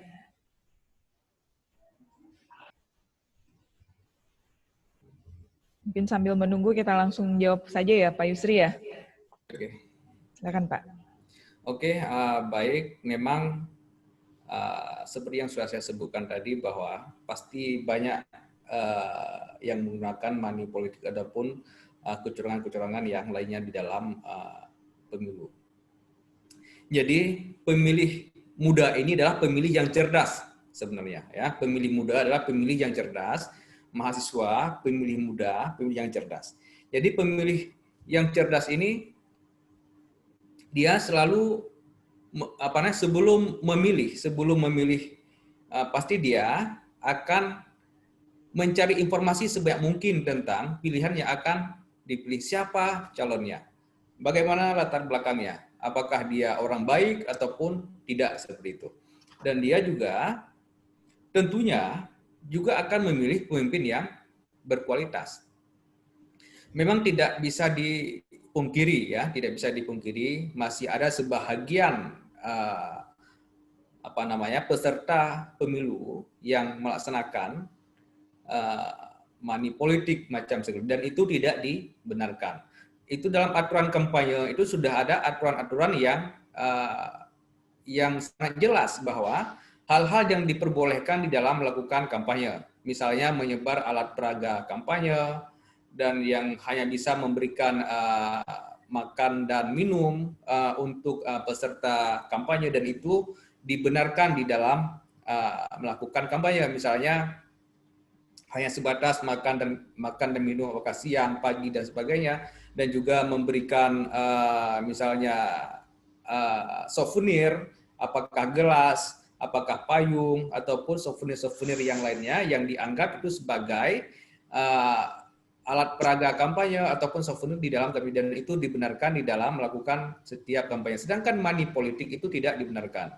Bahkan kalau sekarang bukan cuma itu mungkin ya, berita-berita hoax itu sangat banyak yang disebarkan. Dan di sini tentunya peran adik-adik mahasiswa, teman-teman mahasiswa sangat penting di dalam menyerang ini, seperti yang saya sebutkan tadi, bahwa pemilih pemuda, pemilih yang cerdas, yang sangat idealis, dan tentunya bisa melakukan mengadvokasi apabila ada kasus-kasus seperti itu yang ditemukan di dalam masyarakat. Jadi mahasiswa bisa dengan lembaga kemahasiswaan, apakah misalnya ada aktif di organisasi kemahasiswaan, itu bisa mengadvokasi apabila ada temuan-temuan seperti itu, dan apabila memang terbukti dan itu bisa diberhentikan sebagai calon. Misalnya dia sudah terdaftar sebagai calon, apakah calon legislatif, calon kepala daerah. Saya nggak mau lah, biar ada lagu. Calon kepala daerah dan sebagainya, dan apabila terbukti melanggar beberapa hal yang saya sebutkan tadi, itu bisa teguran secara administratif dan bahkan bisa diberhentikan dari sebagai kandidat seperti itu, sebagai calon. Oke, mungkin demikian Ibu Epa, tapi saya ingin juga menyampaikan bahwa nanti juga saya akan menanyakan kepada ini ada 3 hadiah ya, ada 3 hadiah dari yang dipersembahkan oleh KIP Kota Banda Aceh untuk teman-teman mahasiswa, dan akan diberikan 3 buah buku ya, 3 buah buku. Nanti 2 pertanyaan saya akan menanyakan pertanyaan ini, dan 1 pertanyaan saya akan serahkan kepada Ibu Rizkia untuk menanyakan pertanyaan kepada adik-adik mahasiswa, dan hadiah tersebut, buku tersebut bisa nanti akan dihubungi oleh oleh staf kita di sini, dan bisa diambil kantor KIP Banda Aceh di Jalan Pocubarin nomor 20 di depan Topik Pocubarin, ya, dekat dengan Metodis. Jadi mungkin nanti di akhir di akhir session ini saya akan menanyakan 2 pertanyaan. Mungkin juga Ibu Rizkika bisa menyiapkan 1 pertanyaan. Nanti hadiahnya dalam bentuk buku, ya buku tentunya seputar dengan demokrasi, seputar dengan kepemiluan, dan bukunya saya jamin insya Allah bagus bukunya dan enak untuk dibaca seperti itu. Ya, saya kembalikan Ibu Epa. Baik, terima kasih Pak Yusri. Ini udah ada tantangan kuis nih dari Pak Yusri ya. Jadi adik-adik jangan ninggalin forum, tetap stay tune terus di sini. Kita memang udah mau di ujung-ujung acara, tapi sebelum kita masuk ke sesi kuis tadi, kita masih buka ini 2 pertanyaan saja jika memang ada yang ingin bertanya. Karena ini mungkin ini kuliah umum yang langka ya buat adik-adik mahasiswa. Kalau biasanya di kampus lebih memang kepada teori, ini kesempatan kalian untuk bertanya langsung kepada komisioner KIP Banda Aceh ya, secara praktisi yang memang dan juga penyelenggara yang langsung menangani terkait dengan kepemiluan. Jadi jika memang ada selama ini yang masih bingung gitu atau ada informasi-informasi yang sedikit miring yang butuh dikonfirmasi oleh Komisioner KIP Kota Banda Aceh, ini kesempatannya. Silakan ada yang ingin bertanya, 2 pertanyaan saja. Kita kasih 2 pertanyaan lagi. Mohon izin Bu untuk bertanya. Baik, dengan siapa? Baik, Assalamualaikum warahmatullahi wabarakatuh. Perkenalkan, nama saya Ihsanul Fuadi. Saya dari mahasiswa FISIP UIN Araniri, Prodi Ilmu Politik. Jadi ingin bertanya kepada Komisioner KIP Banda Aceh. Jadi pertanyaan saya simpel saja Bu. Proses perekrutan Komisioner KIP ini tahapannya seperti apa Bu? Kan di dalam Komisi Independen Pemilihan Aceh ini ada komisioner dan staf. Biasanya komisioner ini proses penyeleksiannya seperti apa Bu? Sekian, terima kasih. Baik, terima kasih Bu Adi. Sudah ditangkap ya pertanyaannya. Selanjutnya, masih ada yang ingin bertanya 1 orang lagi? Kami persilakan. Generasi milenial bangsa. Silakan. Masih ada yang ingin bertanya 1 orang lagi? Mungkin selama ini ada hoax-hoax yang beredar yang masih ini benar nggak sih, ini benar nggak gitu. Ini kesempatan loh untuk bertanya langsung. Kami persilakan. Bu. Iya, silakan. Dengan siapa? Dengan Sartika Rahayu, Bu. Sartika Rahayu lagi ya. Oke, sebentar Sartika. Sebelumnya ada yang ingin bertanya lagi? Karena Sartika tadi yang pertama ya? Iya, Bu. Oke deh, nggak apa-apa Sartika. Silakan, karena belum ada yang bertanya nih. Silakan Sartika. Maksudnya umum aja nih, Bu. Gimana kalau misalnya peserta pemilihan pemilu itu dia masih di bawah umur 17 tahun tapi dia sudah menikah. Itu dia sudah ada hak untuk memilih atau belum, karena kan umurnya belum mencapai kriteria pemilih karena masih di bawah umur 17 tahun. Tapi dia udah berkeluarga, Bu. Oke. Baik, Sartika, bagus sekali pertanyaannya ya. Ada rencana nih, mau cepet. Oke, Sartika. Berarti tadi terkait peserta pemilu atau pemilih ya? Ya, tadi pemilih. Karena tadi di depan nyebutinnya peserta. Oke, pemilih ya. Berarti ini terkait dengan syarat pemilih itu seperti apa bagi yang belum berumur 17 tahun tapi sudah menikah. Masih ada satu lagi?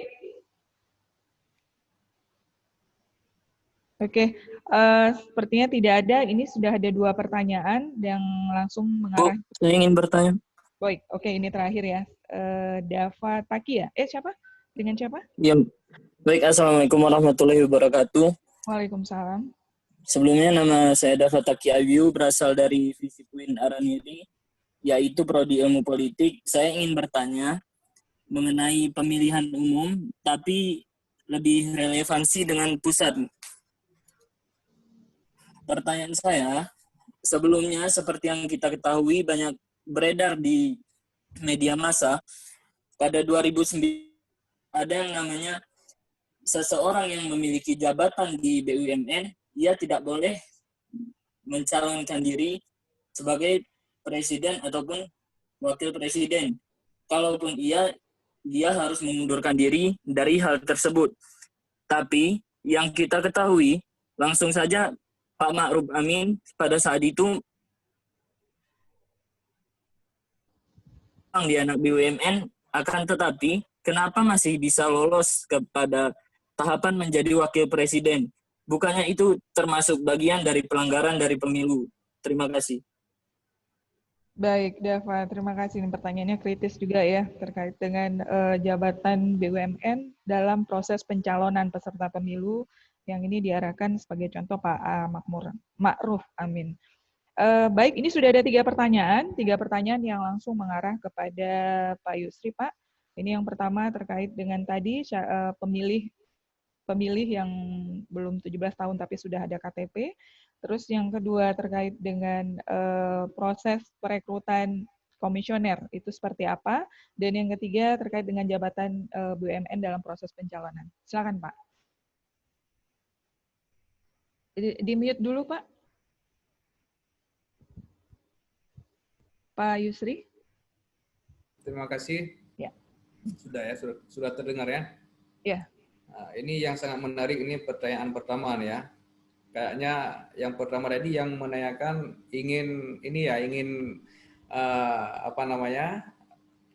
aktif ataupun ingin menjadi calon komisioner KIP ini mungkin ya. Dan ini sangat bagus. Jadi kalau prosesnya yang pertama ini agak sedikit beda secara nasional dengan di Aceh. Kalau secara nasional itu berlaku Undang-Undang Nomor 7 tahun 2017, Undang-Undang tentang Pemilu. Jadi berlaku secara nasional di mana semua prosesnya dilakukan oleh KPU RI. Jadi KPU RI membentuk pansel, misalnya membentuk panitia seleksi di setiap provinsi. Nanti panitia seleksi itu akan merekrut sejumlah peserta yang menyalonkan diri, dan keputusan akhir ada di KPU RI. Khusus untuk kita di Aceh, karena kalau kita di Aceh selain ada undang-undang kepemiluan juga ada kanun ataupun ada UU Undang-Undang Nomor 11 tentang pemerintahan Aceh, dan juga ada kanun Nomor 12 tentang pilkada. Jadi di sini bahwa kita direkrut oleh DPR sesuai dengan jenjang, sesuai dengan level. Kalau level provinsi berarti direkrut oleh DPR Aceh ataupun DPRA. Kalau level kabupaten kota direkrut oleh DPRK. Jadi kalau prosesnya adalah nanti DPRK ataupun DPRA membentuk pansel panitia seleksi. Nanti panitia seleksi ini akan menyeleksi seluruh tahapan, ada ujian tulis, ada wawancara, tes kesehatan, psikotes, macam segalanya. Karena kita di Aceh juga tes uji mampu baca Al-Quran dan sebagainya ini. Setelah melewati sejumlah tahapan-tahapan ini, nanti tahapannya bisa dilihat di dalam undang-undang kepemiluan, juga bisa dalam kanun dalam kanun tentang pilkada Aceh juga bisa dilihat aturan-aturan seperti itu. Nanti 15 besar akan diserahkan ke komisi terkait, biasanya di komisi 1 di DPR untuk menyeleksi ataupun fit and proper test dari 15 orang menjadi 5. Jadi 5 orang ditetapkan sebagai komisioner dan 5 orang ditetapkan sebagai cadangan di apabila nanti misalnya ada berhalangan tetap dan sebagainya. Inilah proses yang berlaku di Aceh. Sedangkan jumlah komisioner di level provinsi, kalau KPU RI itu ada 7 komisioner, di provinsi Aceh juga ada 7 komisioner, dan juga di level kabupaten kota ada 5 komisioner. Dan komisioner KIP inilah dia kolegial. Semua keputusan tertinggi adalah di dalam rapat pleno. Jadi ada sebuah rapat, itulah proses rekrutannya adalah secara terbuka, dan ini juga rekrutmen terbuka untuk umum ya. terbuka untuk umum. Dan juga saya ada sebutkan tadi, bagi adik-adik mahasiswa yang ingin misalnya ingin bergabung di KIP, juga setiap tahun juga ada dibuka CPNS di KIP. Jadi juga bisa tidak hanya sebagai komisioner, tapi juga sebagai ASN di KIP juga bisa, ataupun juga aktif di berbagai lembaga-lembaga tentang penyelenggaraan pemilu. Selanjutnya, ini pertanyaan yang proses rekrutmen KIP. Yang selanjutnya adalah pemilih belum sampai 17 tahun tapi dia sudah menikah. Dan kalau kasus seperti ini bisa dia melakukan, dia juga bisa menggunakan hak suaranya sesuai dengan juga disebutkan dalam Undang-Undang Nomor 10, Undang-Undang Nomor 3 tahun 2017 bahwa pemilih itu adalah minimal berusia 17 tahun atau sudah menikah. Atau pernah menikah. Maksudnya pernah menikah di usia 15 tahun dia sudah menikah tapi cerai misalnya. Dia juga sudah bisa menggunakan hak pilihnya. Mungkin yang menikah ini ingin disegerakan menikah ataupun ada temannya yang ingin menikah ya, yang belum berusia 17 tahun ingin ikut berpartisipasi mungkin ya. Jadi boleh ya kalau sudah menikah meskipun karena itu sudah dianggap dewasa. Karena kalau sudah menikah sudah dianggap dewasa, tapi kalau syarat undang-undang pernikahan pun itu ada ketentuannya, misalnya kalau belum 19 tahun ataupun 21 tahun harus ada izin dari orang tua, macam segala itu ada syarat yang lain.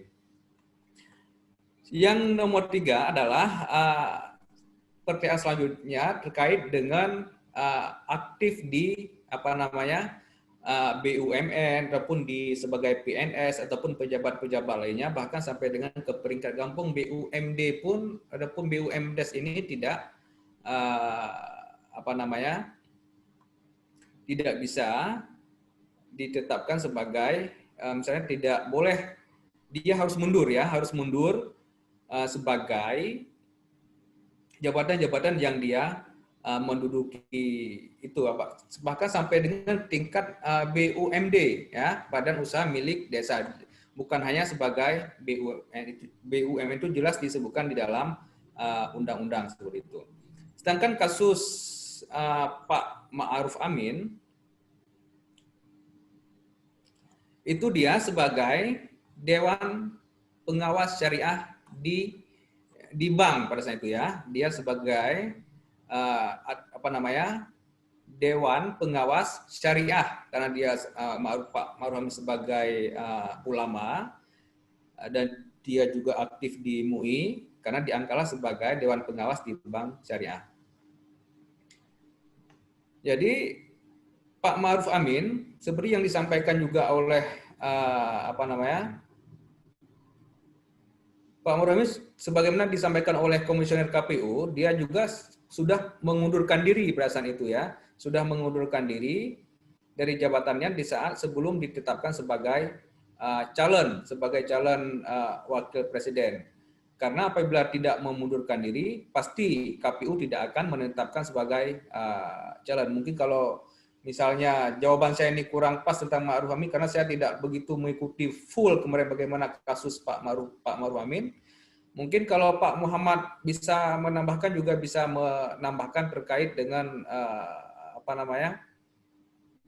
kasus Pak Ma'ruf Amin karena saya tidak mengikuti full karena ini lebih kepada divisi hukum Pak Muhammad ya. Pak Muhammad mungkin bisa menambahkan.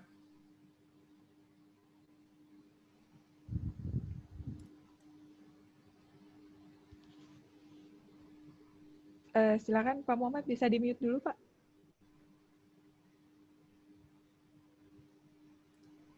Oke, tidak ada masalah. Mungkin kalau halo?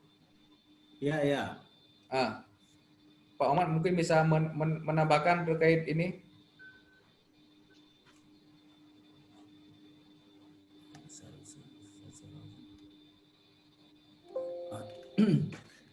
Ya, sebenarnya apa yang sudah dijelaskan oleh Pak Yusri tadi memang atau kronologisnya memang demikian. Oleh Pak Ma'ruf waktu itu sebagai calon wakil presiden sudah mengajukan mengundurkan diri. Namun ada pertimbangan lain terkesan menurut pendapat hukum atau tenaga hukum di sana, para ahli hukum yang mengatakan bahwa dia bisa dibolehkan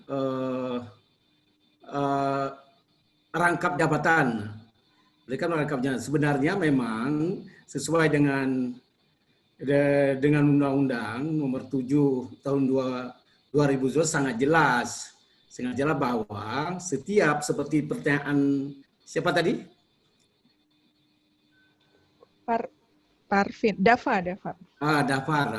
Benar, bagus sekali itu. Bahwa yang memang sebenarnya orang yang bertanya itu sudah paham. Cuma dia kenyataannya di lapangan kok berbeda dengan apa yang sudah digariskan dalam aturan atau dalam undang-undang, ya. Tapi namun demikian akhirnya juga oleh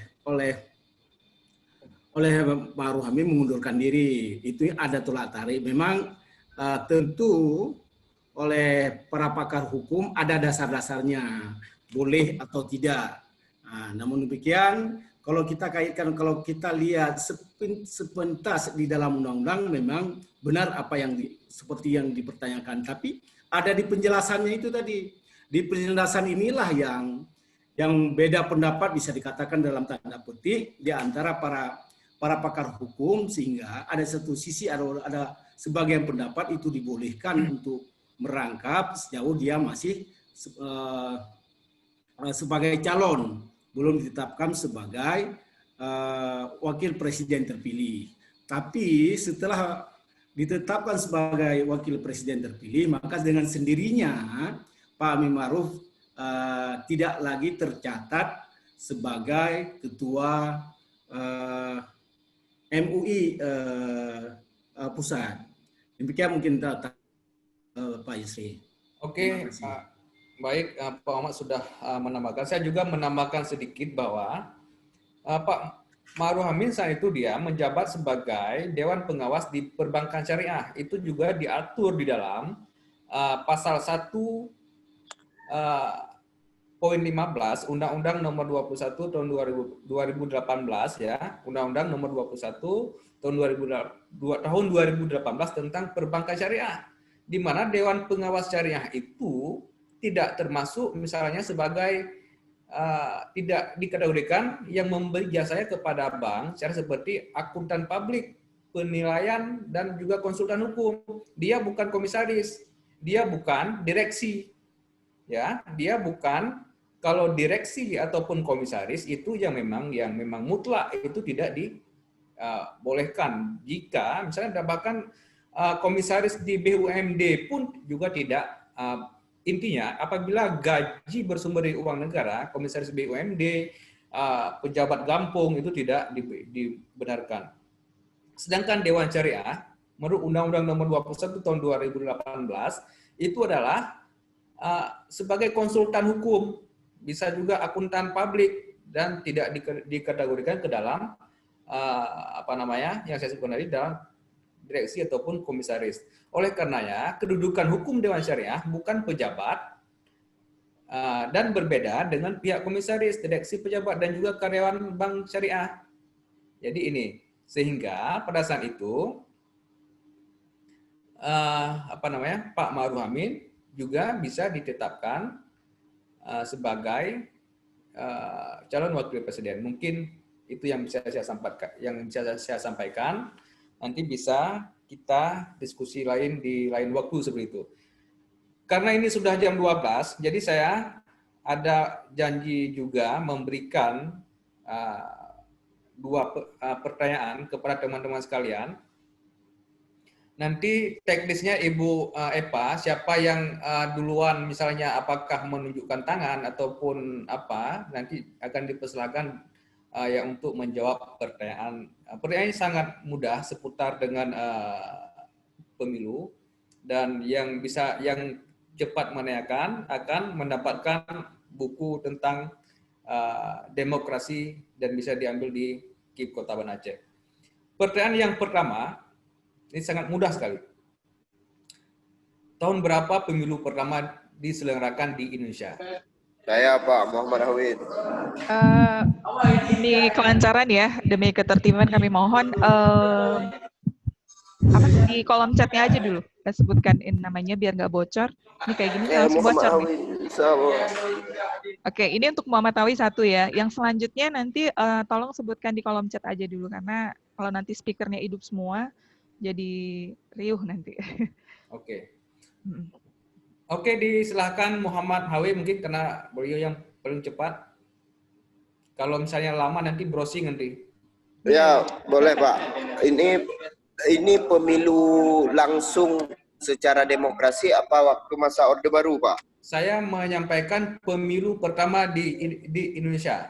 Pemilu pertama di Indonesia tahun 1955, Pak, kalau nggak salah. Yakin? 19.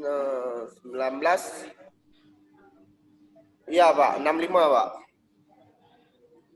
Ragu nih kayaknya. Gimana Pak Yusri? Pemilu pertama, Pak. Ini lagi... Enggak, Pak. Ya. Jangan browsing. Tidak, Pak. Don jujur hat, profesional udah, Pak.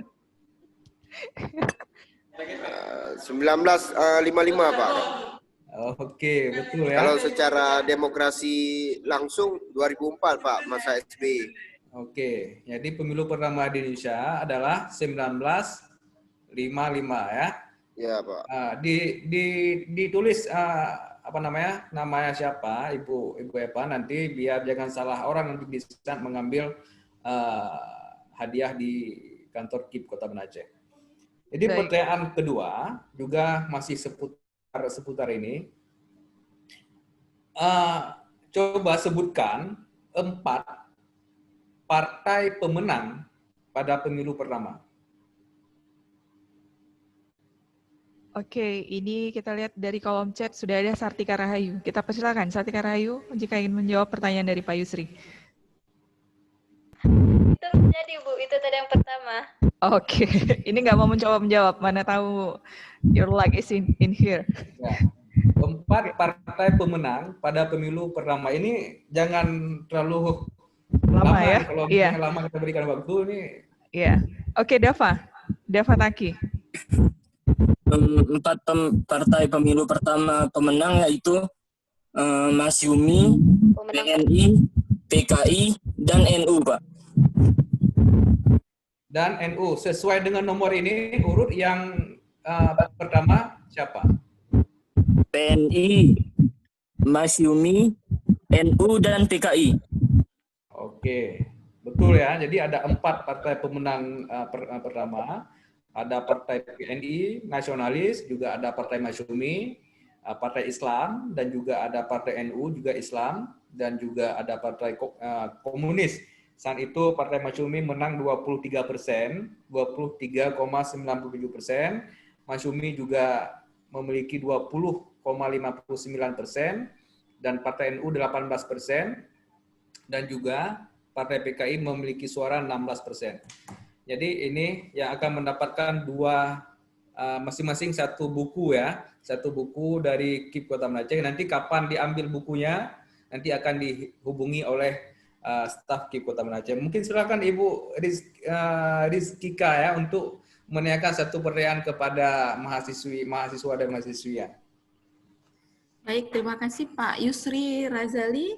Pertanyaan dari saya juga cukup mudah.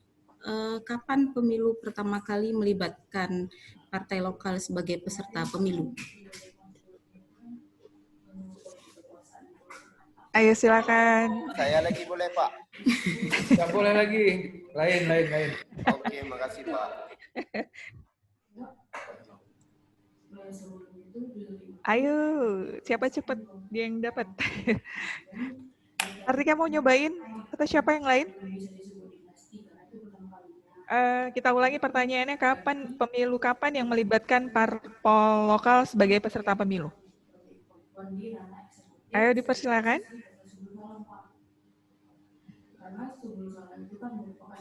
Oke, M. Fadil, silakan.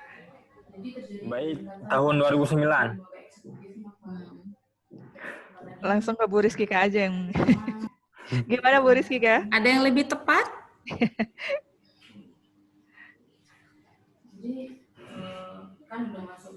Silakan, ada yang mau nyoba ini pertanyaan dari Bu Rizkika. Kapan pemilu, kapan nih Parlok ikut terlibat sebagai peserta pemilu?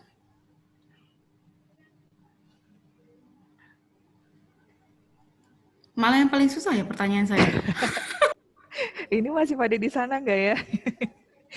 Pesertanya ini sebagian udah ada yang nge-live ini, udah tinggal 40. Saya nggak boleh tadi. Nanti bukunya bagi yang menanyakan Iya. berarti.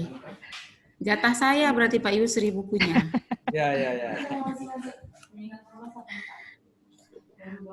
Oke, Diva Nadia, pertanyaannya, pemilu kapan yang di mana parpol itu terlibat sebagai peserta pemilu?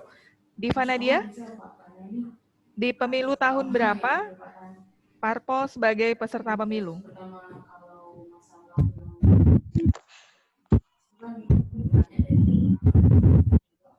Ada yang mau nyoba? Kita kasih kesempatan. Sebelum nanti.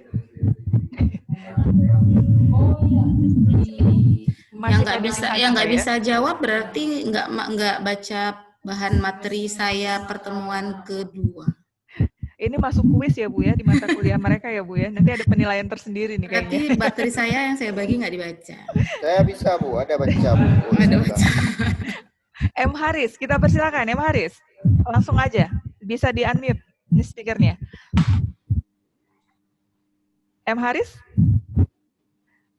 Ini M. Haris menjawab 2009 ini Bu, cuma nggak mau ngejawab langsung. M. Haris, gimana Ibu 2009 jawaban dari M. Haris? Belum tepat. Berarti bukunya jatah saya ya, saya yang jawab ya. Atau Pak Muhammad udah senyum-senyum, Pak Muhammad Aha mungkin. Ayo dong, itu nanti di kuliah ditandain loh sama Bu Rizkika. Mana nih Mas? Itu Sartika Rahayu. Iya, Sartika Rahayu gimana? 1999. Belum. Masih belum tepat. Ayo gimana nih? Ini Mirza Balia nih udah unmute mau ngejawab atau gimana? Mirza Balia. 25 September 1955. 1955. Pemilu pertama yang melibatkan partai politik lokal. Dengan siapa ini ya? Sartika ya? Dengan siapa ini tadi yang 1955 yang ngejawab 1955? Sartika, Bu. Sartika. Gimana Ibu Rizkika kita? Iya, benar. 1955 pemilu pertama yang melibatkan partai politik lokal sebagai peserta pemilu. Oke. Berarti untuk pertanyaan ketiga yang mendapatkan buku ini langsung Sartika Rahayu ya, atas izin Bu Rizkika ya, karena sebenarnya udah agak sedikit makan waktu ya. Mudah-mudahan nggak browsing ya. Oke, gimana Bu Rizkika? Oke ya? Oke ya. Oke, Sartika Rahayu. Baik. Baik, ini kita sudah berada di ujung acara ya. Tadi sudah ada kuis dari Pak Yusri 2 pertanyaan. Itu tadi akan mendapatkan buku adalah Muhammad Awin dan juga Dava Taki Abiyu. Dan pertanyaan ketiga dari Bu Rizkika yang akan mendapatkan bukunya dari Sartika Rahayu yang nanti akan kami hubungi ke nomor kontak yang sudah diisi di registration form. Baik, sebelum kita closing mungkin ada sedikit closing statement dari Pak Yusri, Pak. Oke, baik. Mohon maaf, kebocor ini ada speakernya, tolong di mute ya. Halo? Ya, silakan Pak. Baik, terima kasih. Jadi yang saya harapkan kepada teman-teman mahasiswa, dari mahasiswa sekalian untuk apalagi dari ini mayoritas dari FISIP UIN, saya juga alumni UIN dulu. Saya alumni UIN di Tarbiyah Bahasa Arab, tapi bekerja juga di bagian politik ya. Jadi jurusan Bahasa Arab, tapi bekerja jauh dengan guru, tapi bisa juga berkarir di lembaga politik seperti ini. Jadi terutama sekali kepada adik-adik mahasiswa sekalian bahwa harus terlibat aktif di dalam proses demokrasi. Dimanapun dia, apakah sebagai penyelenggara, apakah sebagai pengawas, juga sebagai di tempat-tempat lain. Tidak mesti hanya di KPU ataupun di KIP. masih juga banyak lembaga-lembaga yang lain yang bisa berkarir. Apakah adik-adik mahasiswa nanti juga ingin aktif di partai politik juga silakan, ingin aktif di KPU juga silakan, di Bawaslu ada juga lembaga pemilu juga ada namanya DKPP juga silakan. Jadi sangat banyak peluang bagi teman-teman mahasiswa untuk aktif di manapun dan terlibat di dalam mengambil kebijakan dan juga kepentingan bangsa dan negara seperti itu. Saya akhiri, wallahu muwaffiq ila aqwamit thoriq. Wassalamualaikum warahmatullahi wabarakatuh. Waalaikumsalam. Terima kasih Pak Yusri. Ibu Rizkika sedikit aja closing statement-nya, Bu. 2 menit saja. Baik, singkat dari saya, suara teman-teman mahasiswa itu berkaitan dengan harga diri teman-teman mahasiswa sendiri. Ketika dia bisa dibeli, maka berarti harga diri kalian bisa dibeli. Terlibat dalam proses pemilu, terlibat dalam proses politik, mengkritisi, mengawasi, karena itu tanggung jawab kita sebagai warga negara. Sekian dari saya kembalikan pada moderator. Baik, terima kasih Bu Rizkika dan Pak Yusri. Closing statement-nya sangat memberikan semangat positif nih untuk peserta. Mungkin dari Pak Muhammad ada mau menyampaikan sedikit, Pak? Pak Muhammad, ada yang ingin menyampaikan sedikit? Ya. Ada sedikit. Yang pertama, terima kasih kepada kedua pemateri, terutama kepada Ibu Rizkika Lena Darwin, dan juga kepada Pak Yusri Razazi yang bukan tidak berdiri sebagai komisioner KIP Kota Banda Aceh itu, dan juga apresiasi kepada adik-adik yang penuh menjadi peserta aktif dan penuh semangat walaupun pertanyaan Ibu Rizkika tidak bisa terjawab dengan lengkap. Padahal tadi sudah Ibu Rizkika mengatakan bahwa ke pertanyaan yang pertama bahwa kurang lengkap, untuk dilengkapinya saja barangkali. Itulah mungkin ragu. Padahal seperti dikatakan oleh Ibu Rizkika bahwa itu materi kuliahnya berarti tidak dipahami, tidak ditekuni ketika dijelaskan oleh Ibu Rizkika. Ini juga merupakan suatu pengalaman bahwa setiap apa yang dijelaskan, setiap apa yang diberikan oleh para dosen itu kita betul-betul harus menyimak dan memahami apa yang diterangkan itu. Salah satu contoh, berarti dengan tidak serius ketika dijelaskan oleh Ibu Rizkika dalam perkuliahan ternyata tidak bisa terjawab dengan lengkap ketika diajukan pertanyaan. Dan juga ini bukan tidak tertutup kemungkinan nanti apakah dalam ujian-ujian akhir semester atau pertengahan semester nanti juga Ibu Rizkika tidak luput pertanyaan yang semacam apa yang diajukan hari ini dan juga apa yang diajukan oleh Pak Yusri itu tadi. Itu selanjutnya saya juga mengucapkan terima kasih banyak kepada adik-adik yang telah mengikuti daring pendidikan pemilih ini, dan juga bukan merupakan ini hal pertama dan yang terakhir, tapi juga kita di KIP Kota Banda Aceh terus berupaya untuk melakukan Duestu Kampus setiap tahun, walaupun bahwa kita di KIP Kota Banda Aceh tidak tersedia dana, tapi kita atas kesepakatan bersama seperti Pak Yusri katakan tadi bahwa KIP ini merupakan kolegial keputusan Dewan Pendidikan. Maka kita sepakat bahwa kita berlima baik dari ketua sampai kami anggota 4 orang, setiap ada program, setiap apa yang sudah diputuskan dalam suatu rapat, apakah itu rapat khusus ataupun rapat umum, inilah yang menjadi kegiatan dan program kami di KIP Kota Banda Aceh, selain seperti yang diamanahkan atau yang diperintahkan oleh KIP KPU Republik Indonesia, yaitu KPU Pusat.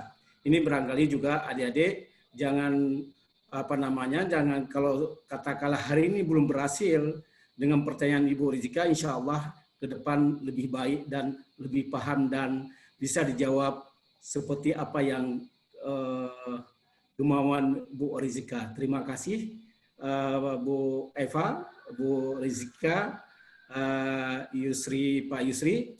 Khusus kepada Ibu Rizkika, terima kasih banyak Bu sudah menerima kami. Salam kami kepada Ibu Dekan dan juga kepada Rektor bahwa kami tidak bisa dan partisipasi UIN Banda Aceh yang telah menerima kami kerjasama dalam hal daring pendidikan pemilih. Terima kasih. Assalamualaikum warahmatullahi wabarakatuh. Waalaikumsalam. Terima kasih Pak Muhammad atas closing statement-nya. Terima kasih juga kepada pemateri yang tak terhingga ya, kepada Pak Yusri dan juga Ibu Rizkika. Semoga apa yang disampaikan tadi bisa memberikan pengetahuan dan wawasan baru untuk adik-adik sekalian terkait dengan kepemiluan dan bisa lebih memahami bagaimana pentingnya pemilu dalam kehidupan berdemokrasi. Dan di sini kami dari penyelenggara dari KIP Kota Banda Aceh sangat berharap bahwa adik-adik semua sebagai generasi milenial yang dekat dan juga akrab dengan teknologi, tidak dengan mudahnya percaya informasi-informasi yang sifatnya hoax tentang kepemiluan, dan juga nantinya bisa menjadi agen sosialisasi dalam menyebarluaskan informasi yang benar mengenai pemilu. Kami di Kota Banda Aceh juga masih terbuka buat adik-adik semua yang ingin tahu tentang kepemiluan, karena kita juga ada rumah pintar pemilu di KIP Kota Banda Aceh, dan di sini kami himbau sekali lagi adik-adik mahasiswa tetaplah menjadi generasi muda yang kritis, idealis, karena masa depan bangsa ada di tangan adik-adik semua. Terima kasih juga kepada para hadirin ya, pada peserta yang sudah ikut berpartisipasi aktif tadinya, baik dari pertanyaan langsung, diskusi, dan juga tadi dari kolom chat tentang pentingnya pemilu di mata adik-adik sekalian. Terima kasih. Dan untuk dokumentasi kita bersama, kita mohon kepada peserta untuk membuka videonya. Ini kita akan mengambil foto sebagai kenang-kenangan. Kami minta kepada semua peserta bisa membuka videonya. Sayangnya ini sudah banyak yang live ya. Bisa dibuka videonya semuanya untuk kita foto bersama. Kiki, bisa mengambil foto kita. Kami himbau sekali lagi semua peserta bisa membuka videonya, kita ambil foto bersama. Kiki kalau udah tolong kode. Ya, semuanya bisa dibuka.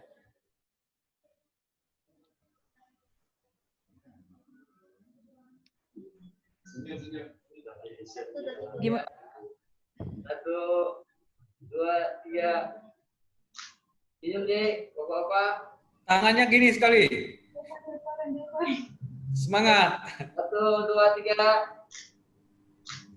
Slide, selanjutnya slide, selanjutnya. Udah satu lagi nih, Mbak. Satu lagi. 1, 2, 3.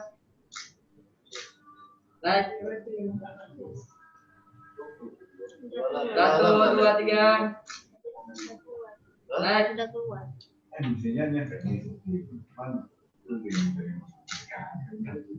Baik, terima kasih Kiki, terima kasih juga kepada panitia KIP Banda Aceh, barusan sudah dibuka videonya, terlihat ya bahwa panitia di belakang layar juga banyak.